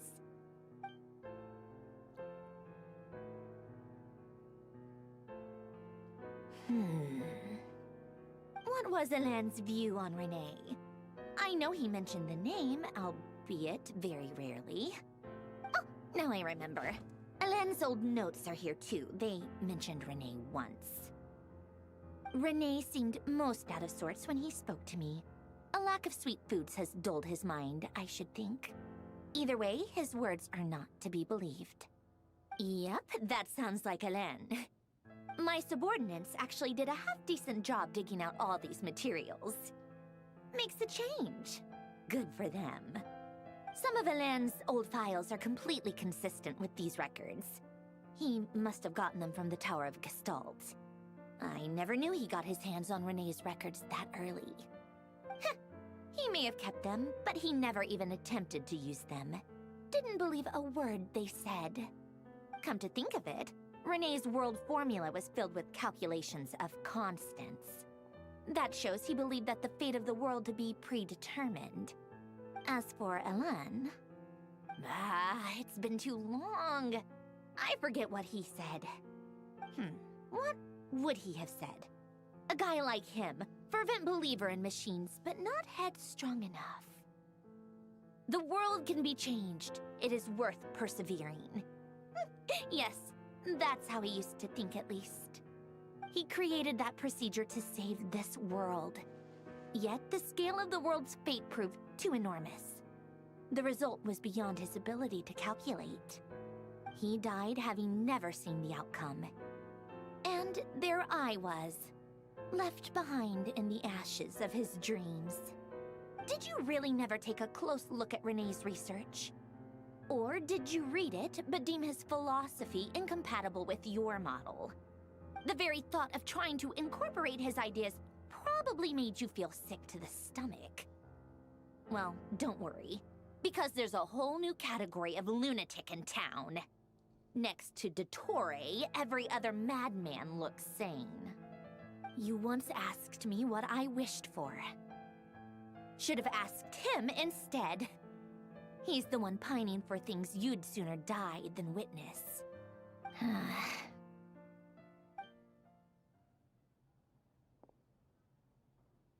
Even the tiniest variable can make big waves in the present. Now then, allow me to put these incompatible fragments together in your stead. First, establish and verify the existence of the Great Circle. Absolute nihil on one end, absolute reality on the other. Now, search between these two extremes. Then, the construction criteria. Variables. The sparks of civilization shall run out unless we consider introducing variables from outside the system. Input variables. Traverse the world, space-time, and civilization. Then extract the essential nodes from the records to determine which variables they point to. The primordial power that differentiated itself from the void. The power of light. Yes, light. Records. Hyperborea. This is horrendously complicated. After all that, I'm still missing a few variables. I need to think this through again. How do you think it looks, Polonia? Like the frenzied scrawlings of a madwoman? Fine, keep it to yourself. It's not like you can talk anyway. I'll assume you gave it a passing grade. I jest. But true madness does often start with trying to save the world. What would Arlecchino and Columbina think if they saw this incomprehensible hen scratch? They'd probably have me institutionalized. So would Rosaline. She's been dead for a while now. When I close my eyes and think back, I can still see her face. And that enormous dress she used to wear. Such a bizarre choice. What possessed her? Oh, and the clack-clack of those heels used to drive me insane. No one's asking me, obviously, but I hope you all know that I never wanted to save the world. I'm not crazy. I don't have delusional ambitions, and that's a clinical fact. The world needs a solution, but I don't need the world's validation. It's the world begging me for answers, not the other way around. Bro, she talks just as much as the doctor does.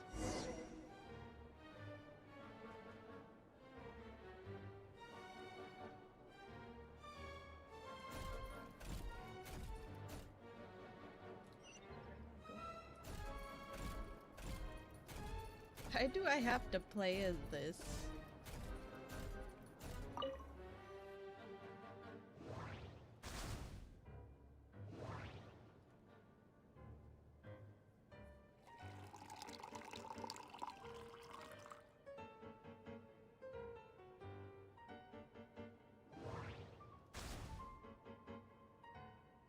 Nice. Giant fortune cookies.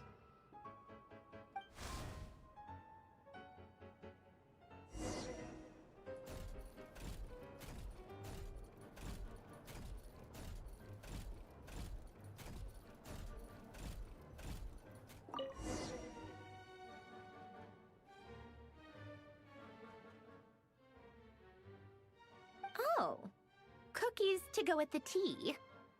Let's see. They must be from that person who brought those documents.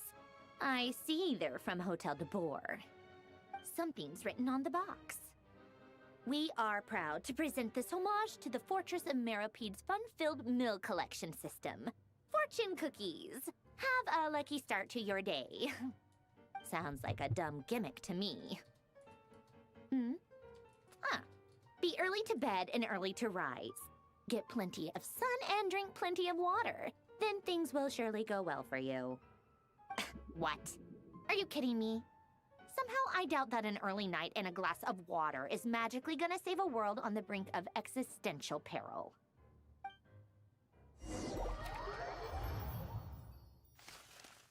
Hopefully there's more to do in this one, because I've just been hearing yapping for 2 hours. Lady Arlecchino, word has reached us that Lady Marionette's troops are all in position. They are ready to act as soon as the order is given. Excellent. The only thing is, they are fewer in number than we expected. It looks like many of them must have lost their lives at the hand of the monsters released by the Doctor. Can't be helped. Allow them to join our ranks, and keep in contact. As you wish.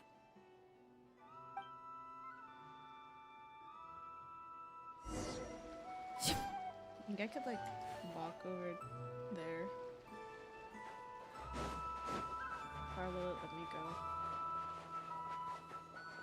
Where am I? Oh, okay. Never mind. I'm somewhere I haven't been before, that's why.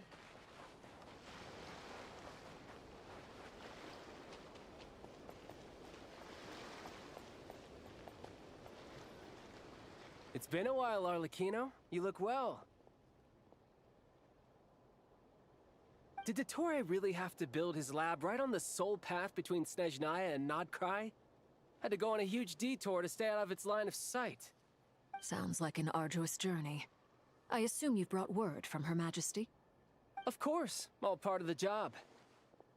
Firstly, the Tsaritsa has authorized Fatui Internal Affairs to review Dottore's case. They will reach a formal verdict on whether he has turned traitor and whether he poses a threat to Snezhnaya. While they're working on that, I've been ordered to come and receive the refugees from Nodkrai. They are nearby. My team will escort you to them shortly. Great. Aside from that, Her Majesty has a message for you and Sandrone personally. Huh? Where is Sandrone?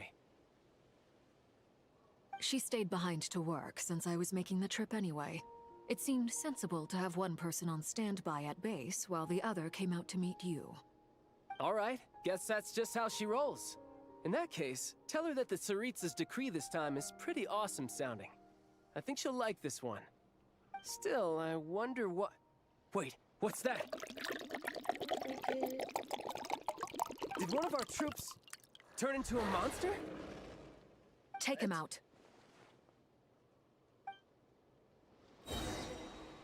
Does that just happen now? It turned into Transfixed!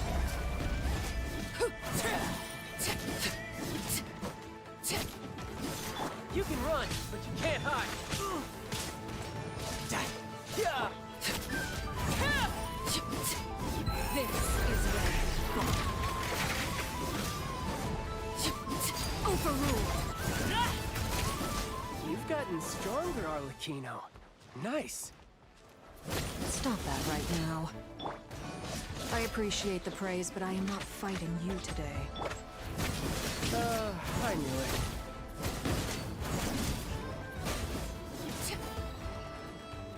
Why are we fighting all three of them? I can't believe it. He was a living, breathing human one moment, and the next? Another fine piece of work by our dear colleague, I'm afraid. What in the world has been going on in Nodcry? A lot. But long story short, Dottore stole 2 moon marrows that should have belonged to Columbina, then built a 3rd moon marrow of his own to concentrate the Trilunar Authority in his hands. What? What do you mean he built a moon marrow? People build roads and houses, not moon marrows. What's his next DIY project? He's gonna build a god? You could stand to be less surprised. We are harbingers. The work we are engaged in makes the creation of gods seem mundane by comparison. I tell everyone who asks that you once crossed swords with Rex Lapis while serving as a key supporter for Rosaline's plan. But right now, you're acting like a common adventurer. I haven't. I have just been Thanks trapped for speaking in up this for me. Those two story really took me mode for a ride back 2.5 hours. Then again, surely no common adventurer would manage to get tangled up with them the way I did. That's gotta count in my favor, right? It almost sounds like you wish to repeat the experience. I might have to lower my opinion of you. No. I'll stop talking. Please, go on. Dottore is currently still experimenting with his newfound power in ways that continue to corrode the outside world. As for the human mutation, I believe this is simply a consequence of his experiments, and not a strategic move.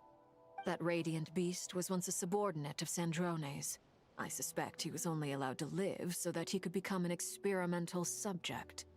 Also, those of us who fought Dottore have been afflicted with a curse. As such, I cannot leave Nodcry. This is so much worse than I thought. No wonder Her Majesty's decree is so extreme. While these exceptional circumstances persist, the Harbingers are hereby authorized to use unilateral executive powers.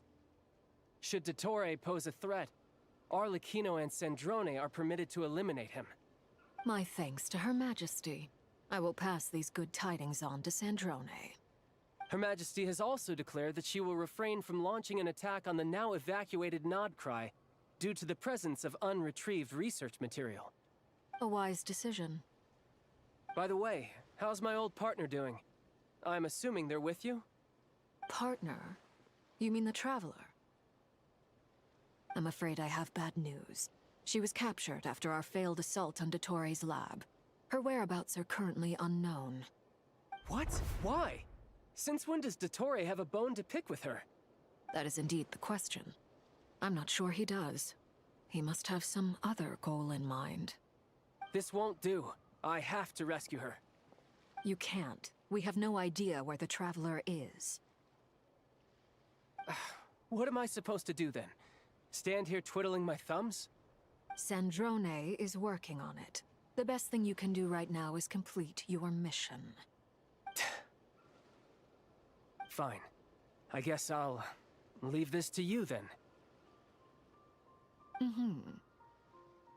One last thing. Tell the Rooster to get the message out to the gods and citizens of every nation in Teyvat. Beware. An uncontrollable pollution is spreading forth from Nodcry.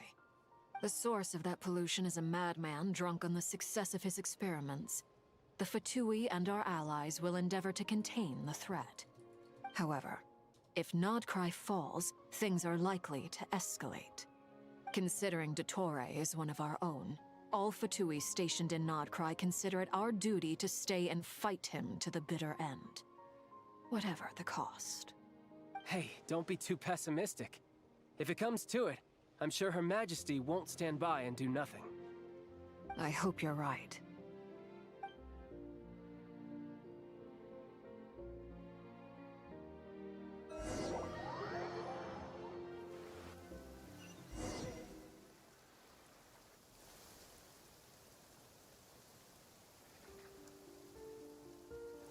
You're right on time. Thanks. Hey, Do you think I'll get that gliding exam exemption? I made sure I was on my best behavior in Mondstadt. I landed well outside the city and walked in through the gates. I'll help you apply, don't worry. For now, let's see what we have here. What are the doctor's energy fields even made from? The usual attract and repel principles that govern Kuvaki don't seem to apply to them. They are very mysterious, but ultimately, they appear to be comprised of energies from the three realms. Thanks to research by Master in the Hexen Circle, we know that Tevat's 7 elements are derived from the more primordial power of the Light Realm, which is antagonistic with the power of the Void Realm. Since you have the power of the Dragon Durin within you, I'm sure you can already tell that this energy field contains no abyssal energy. That's true. It's not abyssal energy, it's something pure, wild, and untamed. I've been thinking about something. Do you still remember the device that Dory supplied from the Academia when you and Miss Columbina fought Rarier? That was one of the most marvelous feats of ingenuity I've ever seen. The design, the craftsmanship, the material selection. I couldn't fault any of it. Not to mention the operating principles. Surely the most ingenious feature of all. Dory didn't go into detail on how it functions, but I have a working theory. The clue was that Miss Columbina was somehow able to use the pyro energy that you provided, despite the fact that, as a moon goddess, she should only be able to use Light Realm energy in principle. Now, all elemental energy is, of course, derived from Light Realm energy to begin with. Hence, I suspect that the device works by restoring elemental energy to its original state. This presumes a theoretical model of the 7 elements akin to that of light refracted through a prism. Perhaps it is no mere analogy. Maybe there is indeed a prism in this model. I almost wonder if the idea for the device was conceived based on direct observations of said prism. It would explain how such an ironclad design concept was achieved. It is at once a masterwork of engineering and a groundbreaking application of the Academia's latest elemental theories. I suspect only Lesser Lord Kusanali herself could have devised such an ambitious technology. But back to the energy field before us. If this is pure Light Realm energy, its relation to elemental energy is one of integration versus division. Or you could say that the former contains the latter. Could this mean that elemental energy can dilute the power of the Light Realm? Should we give it a try? We should.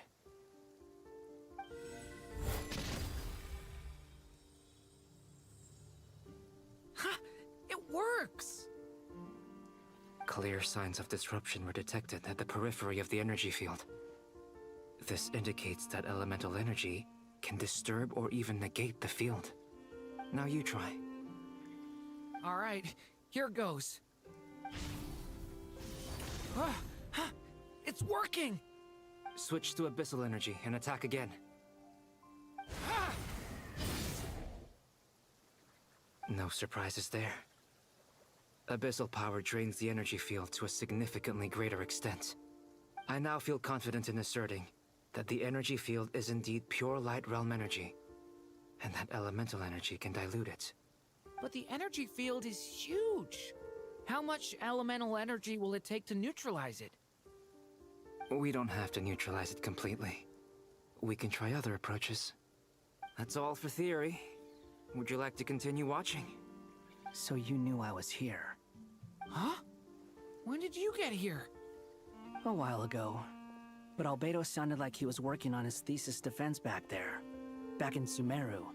You can end a person's whole career by interrupting them mid-speech. Very thoughtful of you. I'm truly touched. Could I ask you to lend me a hand?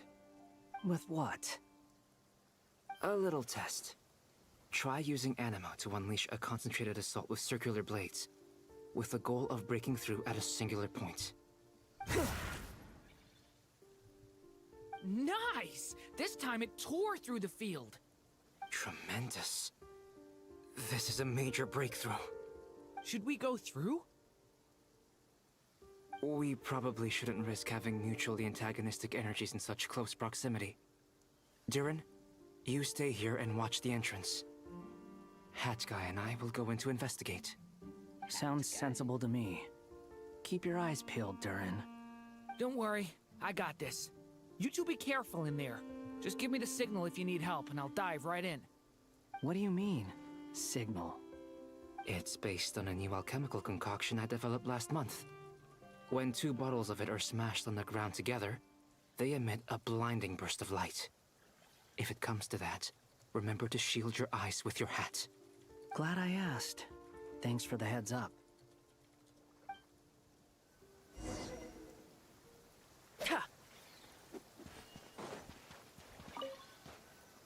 Like I thought. Beyond a certain distance, we can't see the opening where we came in. Maybe that's to prevent people from escaping. Sounds like Dottore style to me.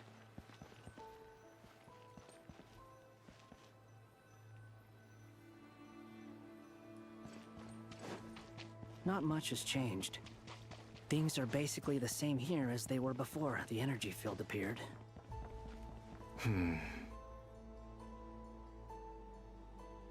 They have no heartbeats and they're not breathing. We can only assume they're dead. But there are no visible wounds. Also, there's an animal squatting next to each body. It's watching us. That's not an animal's gaze. What are you trying to tell us? Doesn't seem eager to talk. I guess maybe it's just an animal after all. Let's keep looking around. It's creepy. Yeah.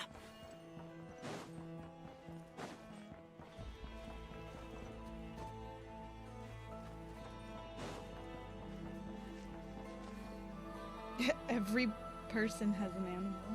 Very weird. Same situation everywhere. Not a living soul in sight. Just countless bodies with animals standing watch over them. Well, I think we can safely rule out the possibility that they're all pets. Is skirting around the topic your way of showing consideration for other people's feelings? Just being cautious. I don't doubt that you can handle the truth.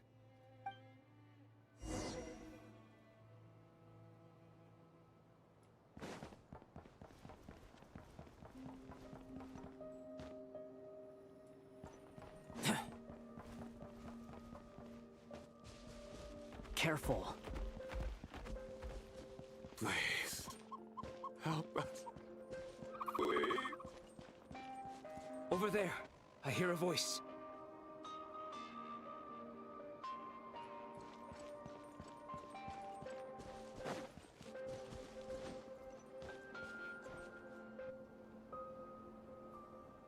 Please. Help us. Please. What happened here? I don't know. Suddenly, everyone collapsed. Then my line of sight got lower. I still have some of my senses left. I gotta get out of here.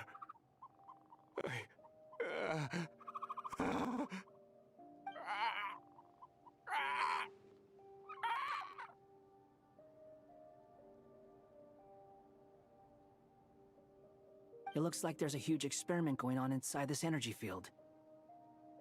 Maybe each energy field is its own giant experiment.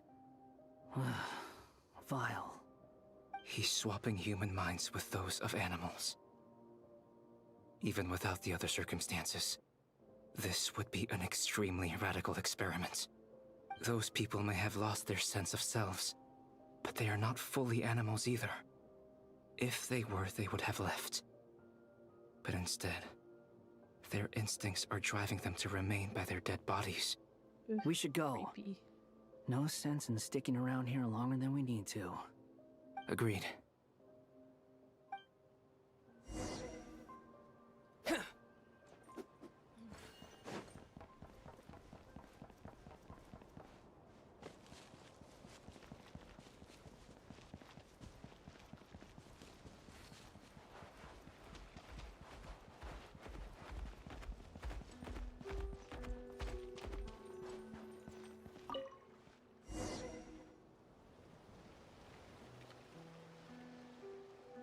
you're back! Everything okay? We saw some things that take a strong stomach. Otherwise, we're fine. We should share our findings with the others.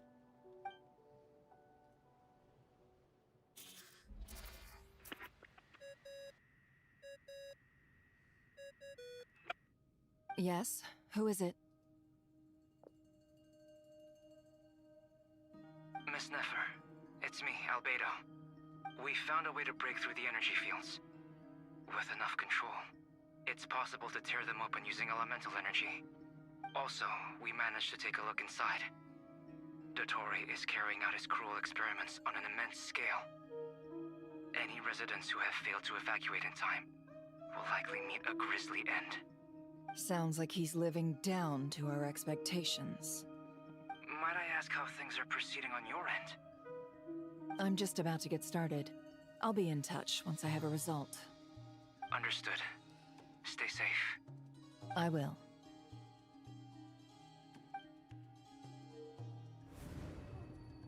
Well, Nefer, I'll link up with you once my tasks are complete. What makes you think I'd need you to do that? I'll need it. And considering the way you approach certain matters, I think you'll be better off with me present.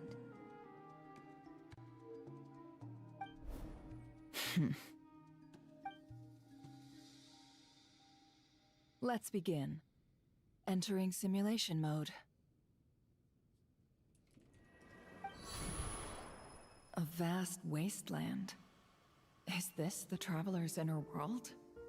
I was expecting something more vibrant, to be honest. Wait, someone's there. What are you looking at? In that case, I'll look at it with you. I want to know all about everything you've seen and experienced. Is there somewhere I should return to? Or should I stay here and be the hero everyone says I am? I don't dislike my current life. Roaming the land, fighting battles, accomplishing missions, earning a living, looking after Paimon. It's not so bad. I guess the only thing that's missing is that you're not here with me. This is the conscious layer, which contains a person's true feelings. It is filled with both longing and kindness. I suppose anyone who lives long enough ends up wishing for someone who can't be there. Maybe it's the only way we can feel truly alive. Time to delve a little deeper.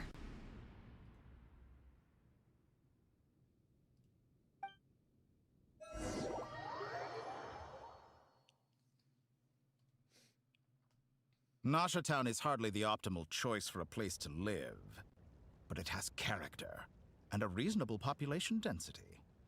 What are you trying to say? Oh, don't be nervous.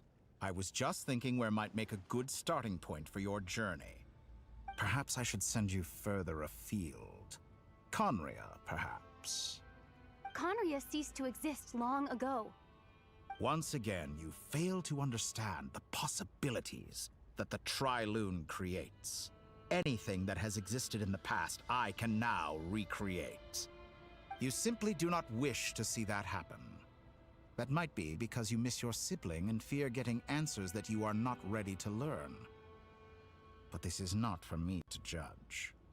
If we are to collaborate, we need to maintain an amicable relationship. In a moment, you will be able to... Oh no. What are you...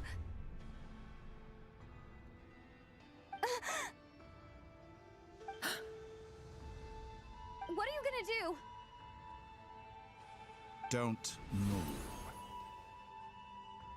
Something unwanted has crept into... Oh? Gone as quickly as it came.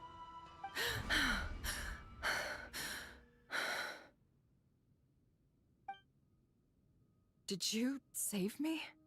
If I hadn't cut the connection, Dottore might have caught you from the other side and destroyed you. Oh, jeez. This was a good idea, but once is plenty. You were exceptionally brave. Excellent work. Thanks, but now's not the time for that.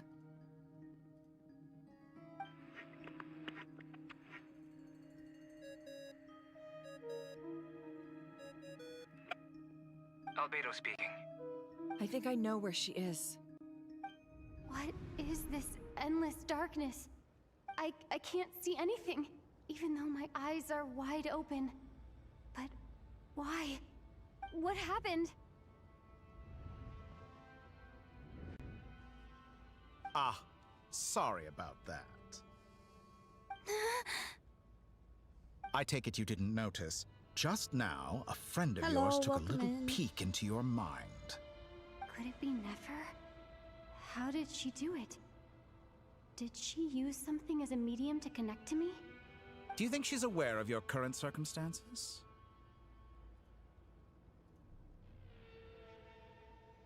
Oh dear. Have I stunned you into silence? I only wanted to slow down your time a little so I could stop your intruder in her tracks.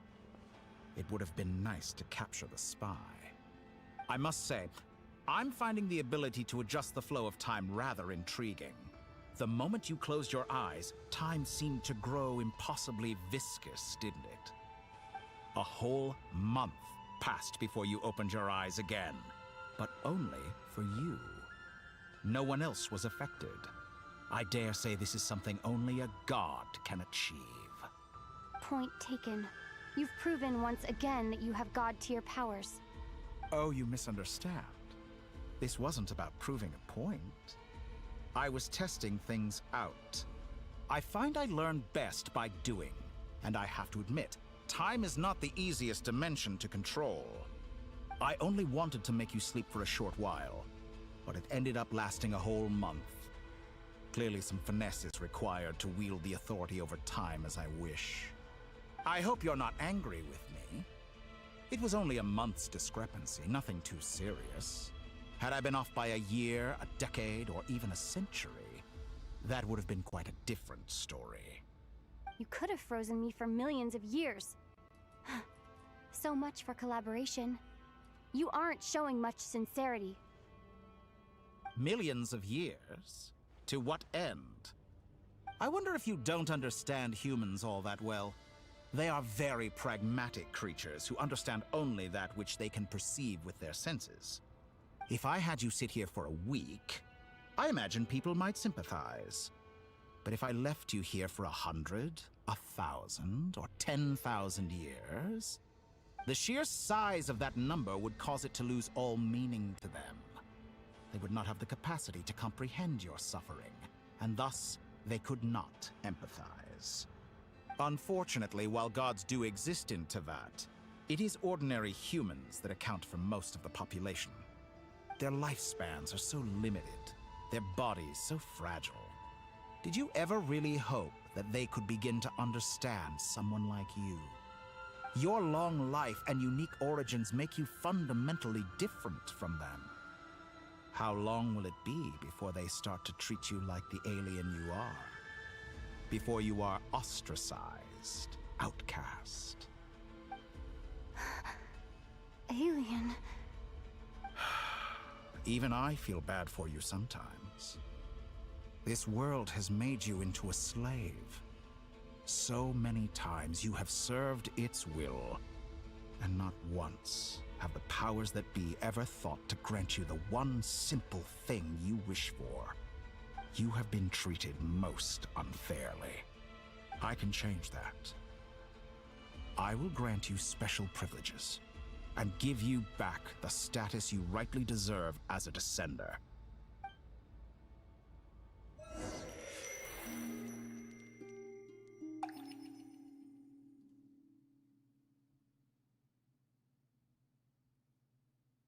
I've entered the past 3 times at this point, but I still have so many questions. For instance, beyond each point being further back in time than the last, what determines the specific locations at which I can make entry? So far, the common thread linking all 3 scenarios is that the Traveler has been present. But it's more than that. I know I sensed something familiar around her. What was it? keep this question in mind as I carry on.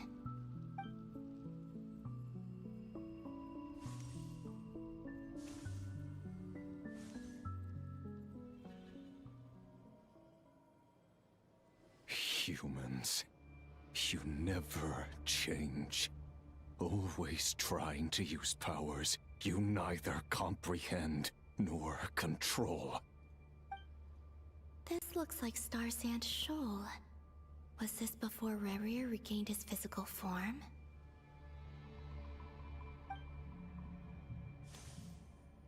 You've messed with the cannon again, huh? Sorry, but this round's not gonna go your way.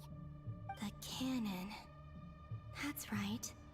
I was at Silver Moon Hall and I sensed an abnormal Kuvaki fluctuation coming from Nasha Town. And right after that, came an ominous power emanating from Star Sand Shoal. My body was once torn into countless pieces and hurled into the swirling chaos of time itself. But even so, my life and will were not extinguished. I wonder if I could try to prevent his resurrection. But how would I do it? What can I do, here and now? Traveler! Behind you! Look at that light!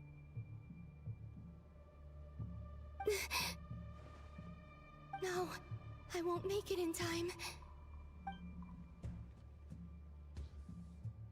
She's using the Kuvaki shield like I taught her. Is she gonna use it to block the cannon's beam? She's strong. I'm sure she can manage. But the force released when the beam impacts the shield might lead to collateral damage. EC Island. The Frost Moon Scions will be exposed to lethal levels of Kuvaki. A question, if I may. Kind Miss Columbina.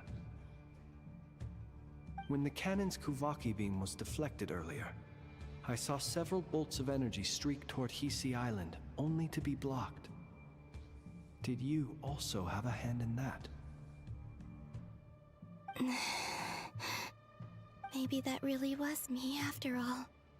Well, future me. But I don't know if I have enough power left.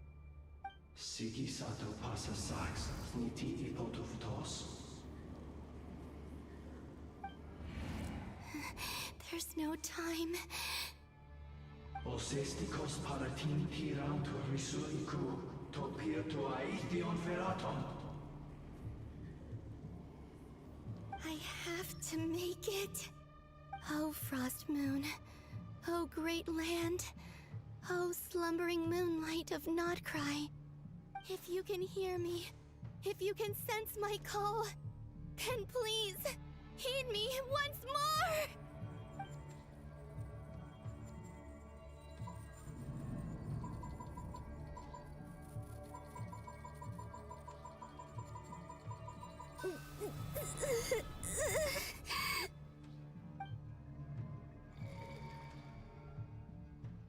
Did it work?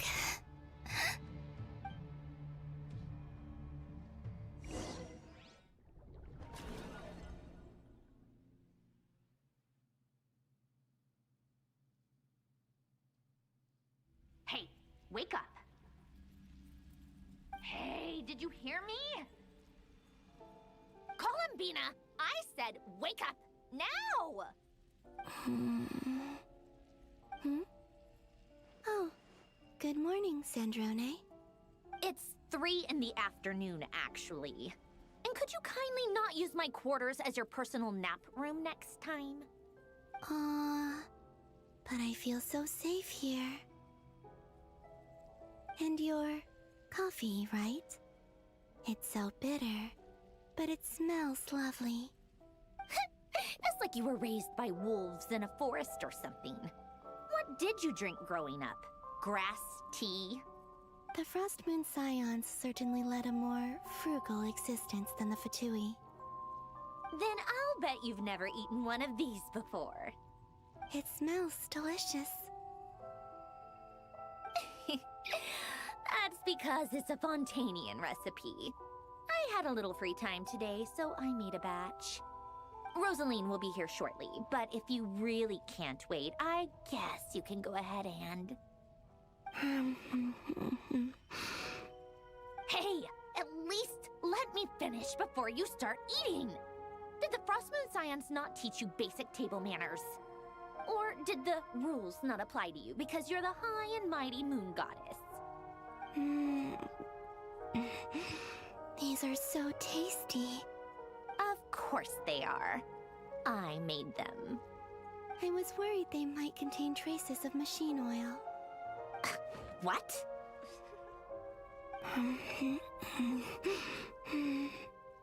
You know, there's something I've always wanted to ask you. Why did you leave your old home and join the Fatui? I mean, I'm sure their food was awful. But there's gotta be more to it than that. Well, 5 Archon life quests in there a row didn't or go go to quite jail. how I imagined. Dude, it's What not were you even expecting? 5, it's just You're a one god. that just Your never followers stops. are gonna make some demands of you, right? Goes on forever. Surely you can just answer a few prayers here and there in return for the free food and drink. How bad can it be? Well, would you help other people just for free food and drink? The doctor told me that you were created by a great mechanic, Lord something Fisher. The Lord Artificer. Ugh, some people can't keep their mouths shut. Oh, Lord Artificer. And didn't he have something to do with the, narcissist? Narcissenkreuz Ordo. Yes, that was it. Narcissenkreuz Ordo. So, would you try to fulfill their wishes? You must be joking. I wouldn't go even if they paid me. I don't even know them. Exactly. Well, I felt the same way. I did not know the people who made demands of me. Huh. What do you know? We're on the same page for once. In his later years, Alan did ask me if there was anything I wanted to do. If I had any wishes of my own. Well, I don't. And I'm not in any mood to fulfill someone else's either. Who's Alain? He was the... You know what? Never mind. You're not gonna remember. Anyway, the point I'm trying to make is, neither of us is the self-sacrificing type. Let me ask you this. What sort of place would you like to live in, if you could choose? A place where people don't ask me for things I cannot give them. Where they don't worship me, or fear me, but just want to chat with me like a normal person. I'd also like the freedom to come and go as I please. And ideally, it would be somewhere with the smell of coffee and snacks. Not to burst your bubble, but no such place exists in the world. Now, take your snacks and scram.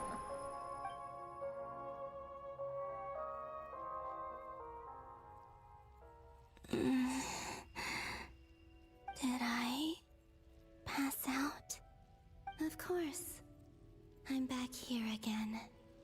I dreamed of events from my past. Sandrone. Traveler. I miss you all so much. Back there.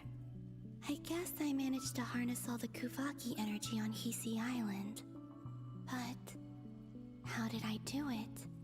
Time is flowing backwards here, and I can use that familiar power to enter the world of the past. That mystery ally everyone talked about. It was me all along. I can sense that there isn't much more power remaining up ahead. What lies at the end of all of this? Will time keep flowing into the past? And will I ever find my way back?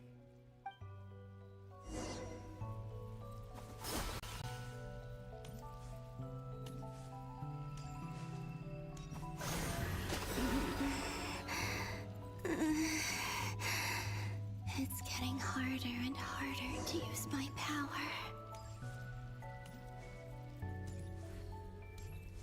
I'm no match for to avoid the contaminated fragments.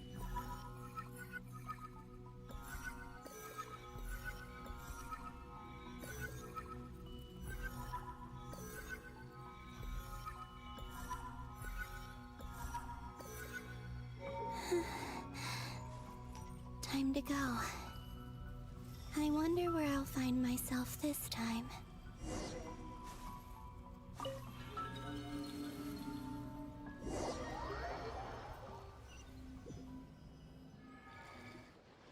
The Final Night Cemetery. This is where Flint's is based. Or not! How are we supposed to read through this many files? Difficult, yes, but it is also our most efficient option. Seems like they're searching for information. Oh, I remember. Flint's and Varga talked about some files on the Wild Hunt. Was this my doing too? To expose the true intentions of this Rereer, we need to dive into Notcry's history. Are my actions changing the past? Or are they simply completing a process? Is all of this inevitable? Or am I the one making these decisions? If I choose not to help them now, will it change how things turn out? Hope we don't land on our heads then. They're my friends. I can't not help them.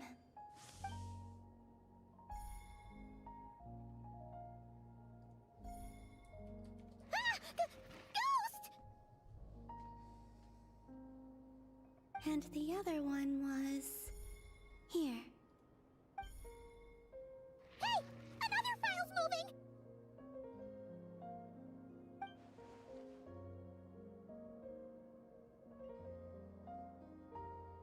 Oh, I guess that makes sense why that was happening.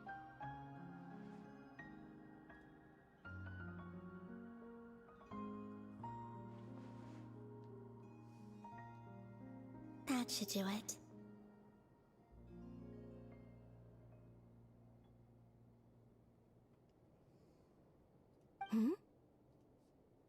Luanatar? You can sense my presence? Wait!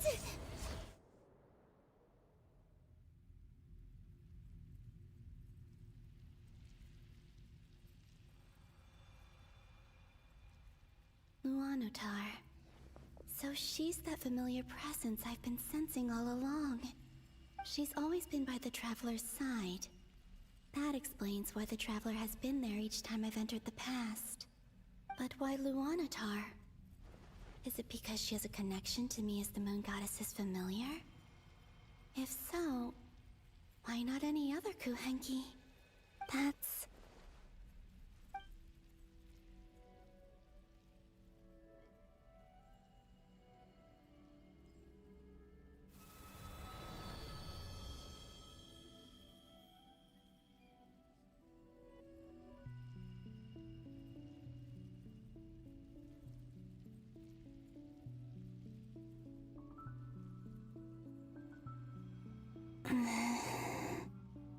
I cannot sense any power up ahead. Just a void, stretching out into infinity. This is likely my final chance to enter the past. It's now or never. I have to find a way back.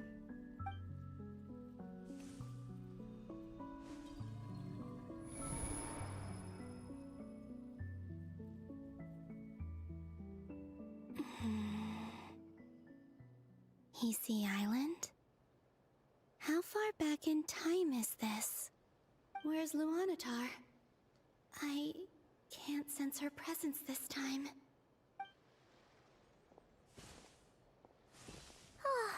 Seeing Anafa and Aino reunited like that sure was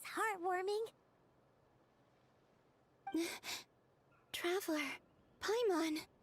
No, stay calm. I don't have much power left to change things. I don't even have that much time left here. Think, Columbina. How do I find a way back? A way back... to where? Do I go back to Moon Prayer Night? Or to the future that followed? And if I return in my current state, what will become of me then? Dottoro's actions that day proved that he'd been planning that for a long time. He had already seized the power of 2 moon marrows before capturing me. Even if I managed to get back, how can I fight against him when he wields the Tri-Lune Authority? I can't. If I go back like this, I'll be playing right into his hands. I have to find some way of rivaling the power he has usurped. Wait. Time flowing backwards. The Tri-Lune Authority. Does that mean... I think I know what the final destination of this lunar reflection might be. I know what I must do. Speaking of homes, we must already be close to where the Frost Moon Scions live. The vibe here feels different, just like the scenery. But how do I communicate my plan to my friends? Should I write it down here? No. Someone else will see it. I need something with a close connection to me. Something I can use as a medium to tell them what's happened to me in here.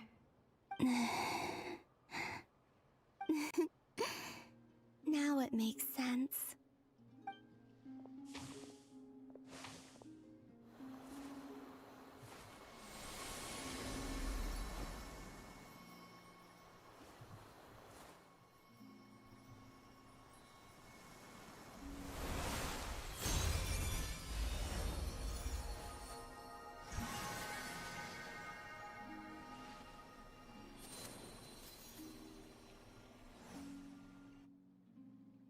Hey, what was that? I feel like some sort of breeze blew by, and then the petals suddenly turned into... Huh? It was I who brought Luanatar into being. I gave up a piece of my own soul to create her. That's why I could sense a familiar power from the moment I entered this space. It also explains why she's been present in every past location that I've entered. Because we have a deep connection. Hey there! What's your name? And the reason why there are no more gates to the past after this point is that Luanatar hadn't been born then. No wonder I sensed the trace of a blessing when we first met. But I still didn't recognize the soul hidden within you. Back then, I was just a little lost dove. I had yet to become Columbina Hyposelenia. Go on now. We've got stuff to do. Best you find someone else to hang out with. Hey, you scared it off. I'll be counting on you. Remember to stay by the traveler's side, guide her, and help her in my stead. Oh, and bring her to the garden where the moon prayer blossoms grow. There's a little lost dove there who will need her help.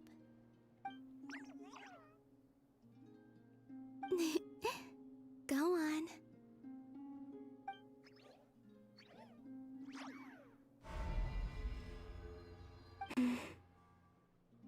You too.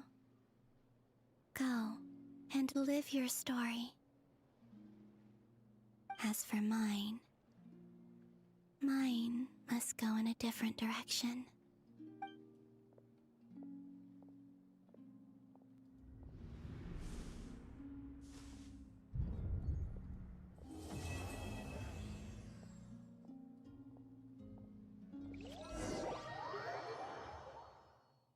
Interesting.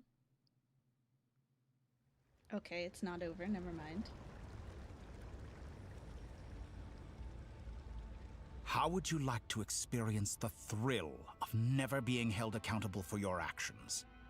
You could crush people like ants without consequence, or tear off their heads or limbs as you please.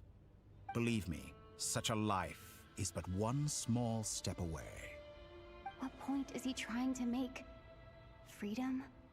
But the freedom to kill? to do evil and get away with it? Why would you offer me that? The creation of a world is the ultimate scientific experiment. I have taken my research to the highest level, where I shall be not just a god, but also a servant to many sacred spirits. I shall heed the truth and perform holy deeds. A god's laboratory is the perfect playground. But it needs the right occupant to explore its full potential. Mortals are found everywhere one looks. Not so with Descenders. I'd prefer my first guest to be a distinguished individual such as yourself. And I know you could make the most of the opportunities it offers. So the condition for entering the New World is to take innocent lives. The same dilemma that Rerir once faced. Could I really bring myself to kill others for my own benefit? Rerir did. And look where it got him. Have you made up your mind? I can't do it. Your playground is no place for me. You're putting your hopes in the wrong person. But we both know I'm not quite the hero you say I am either. I have my own reasons for the journey I'm on. And they aren't all selfless. You've grown a lot since we last met. But there are still things you are unwilling to compromise on. This will only hinder you. Why don't I lower my requirements a little as a gesture of goodwill? I'll give you a little time to learn to be a less noble soul. That'll make things much easier for you. I really doubt I could live that sort of life. And yet you already sound less defiant than a moment ago. The benefits appeal to you because you can read the signs of the times. Why don't we return to my research facility? Your last visit was so rushed. There is much that I have yet to show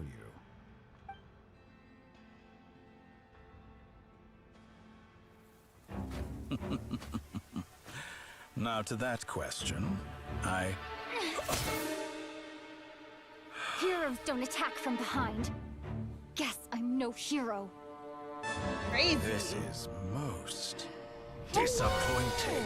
Red, thank you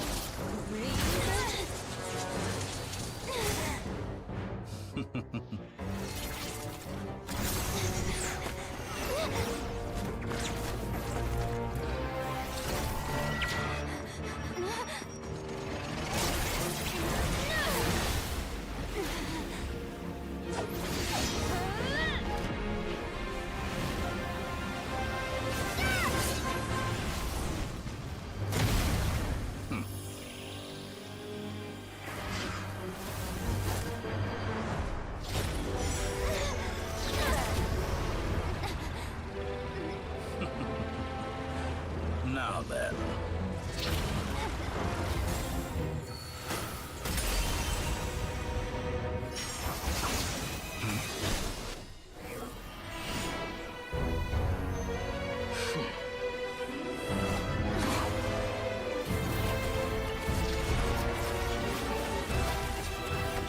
A new face. Interesting.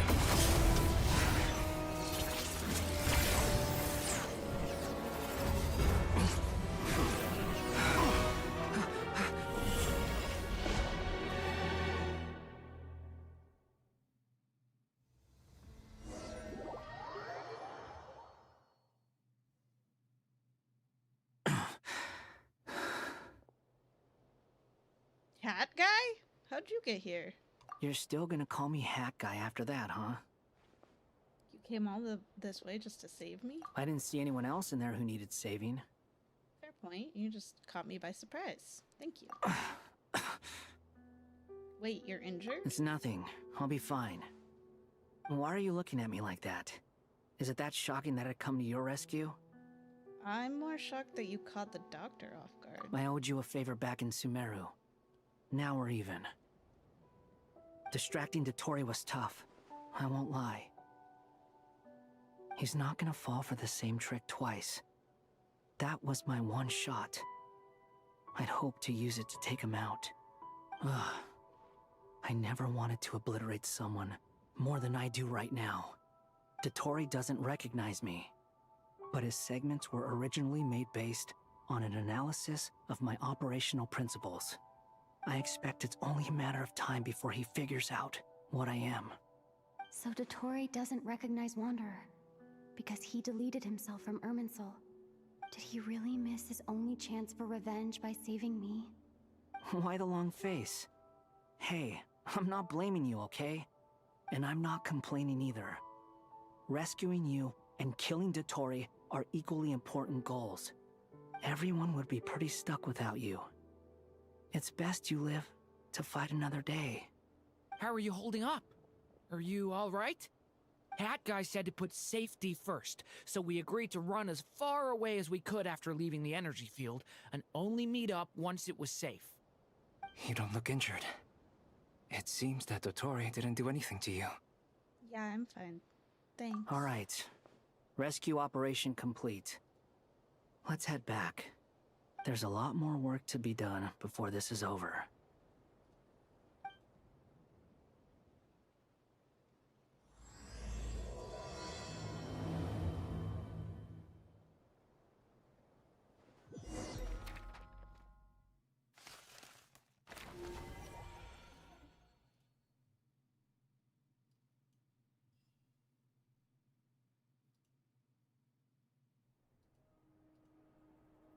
Understood. I will bear the Tsaritsa's decree in mind. I don't see what's so awesome about it, though. Does he really think everyone else is as immature as him? I'm not stooping to Tartaglia's level. I thought you might say that. How's your progress? Quite promising, actually. That alchemist Albedo gave me a few ideas. Remember how I asked you to look up some files for me? That stuff on the Nachtschitzenkreuz Institute. René de Petrichor and Jakob Ingold. Alain Guillotin despised René's theories and methods, but he never managed to come up with better alternatives either. So I adopted some of René's ideas. I thought Alain was like a father to you. He and René were mortal enemies, were they not? And what would you say if Lenny and his friends one day learned something useful from someone you utterly detested? I would applaud them for it. That would mean that they have surpassed me. For all we know, Alain Guillotin might have thought the same thing. Not that it matters, though. He's dead, and I'm alive. So it's my call to make. Once you die, it doesn't matter how great you were in life. Only the living get to decide what happens next. Hey, come on out. They're back. Huh?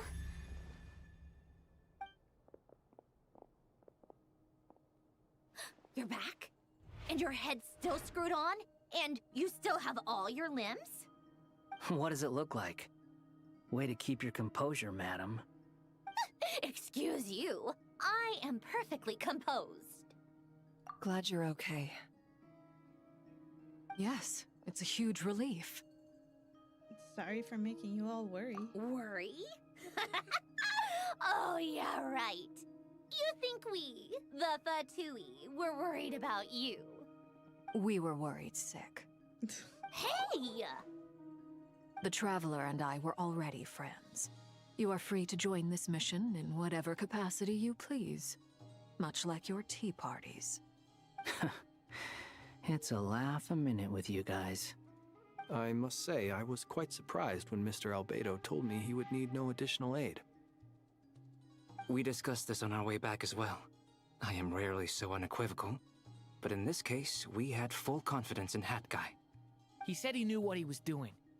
Albedo and I pretty much had to just wait outside on standby. Meanwhile, Hat Guy broke into the energy field and rescued the Traveler solo. You didn't have to mention that.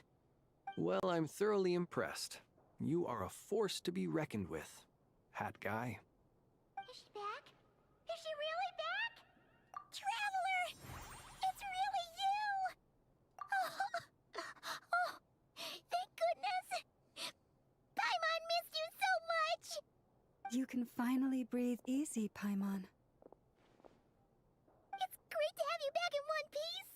Oh, Paimon's been having nightmares the whole time you were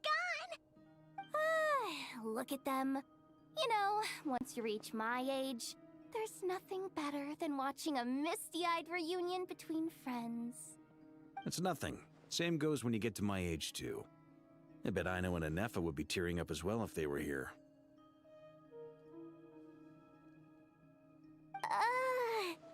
Varka, I'm not sure Anefa can cry. Oh, yeah, good point. Hey, your eyes are looking a little red and puffy. Come here, let's hug it out. What? Ew, no! No, thank you. You're not my dad, okay? Knock it off! Everyone, I'm sorry for all the trouble I caused you. But the silver lining is, I didn't come away from this ordeal empty-handed. While I was being held captive, I learned a lot about Dottoro's current capabilities and what he plans to do with them. Allow me to explain.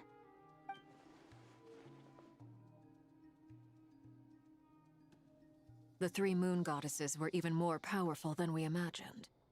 No wonder Dottore believes himself to be equal to the gods. Maybe even superior. Utter blasphemy. While everyone was gone, Nefer and I made an interesting discovery. And I believe Miss Sandrone has something to share too. Ma'am, perhaps you could do the honors?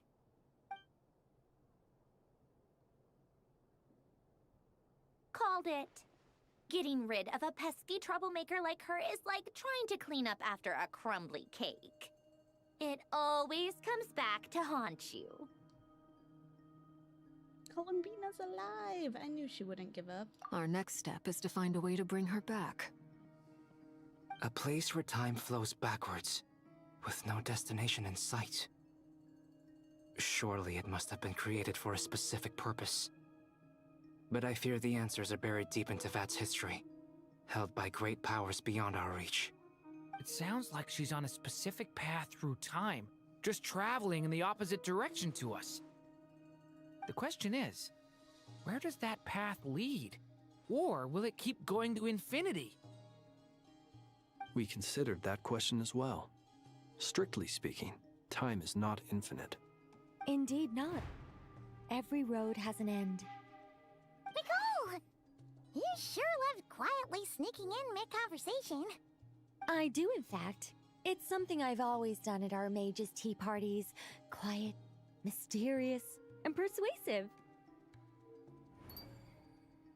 You wonder what lies at the end of her road. Well, just as the world has a beginning and an end, so too does time. And so, the end of the road is the moment that Tevat was born. But where Miss Columbina will end up along this road, that depends on where this particular river of reverse time began. What about the original moons and the moon goddesses? Do they have a beginning too? All things do. In the beginning, no moons adorned the sky. It was the Dragon King Nibelung who raised the three moons into the heavens, and thus were the moon goddesses born. They were shadows of the planet, born to wield Nibelung's authority and oversee the world on his behalf. They were extensions of his will, manifestations of his majesty. But then one day, they disappeared just as suddenly as they had once been brought into being. Nobody knew where they had gone.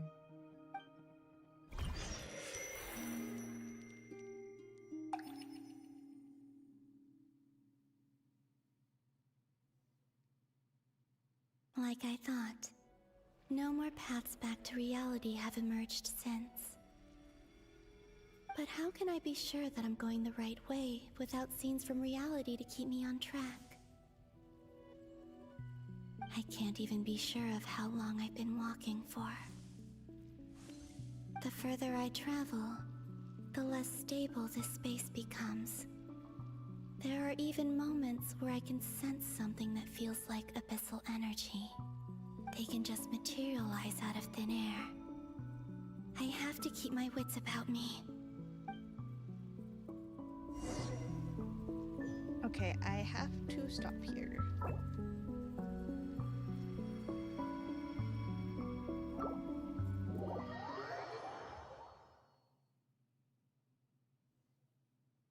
I'm gonna do a single pull. I only have enough for 110 pull. And then...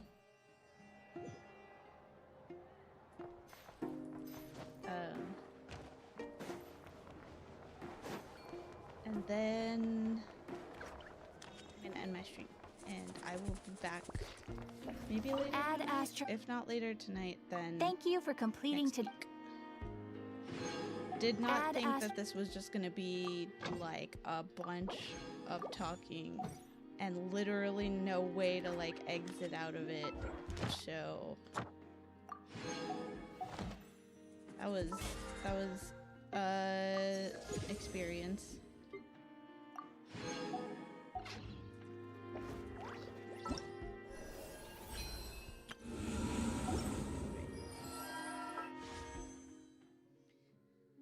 Get my 110 pull. Let's go.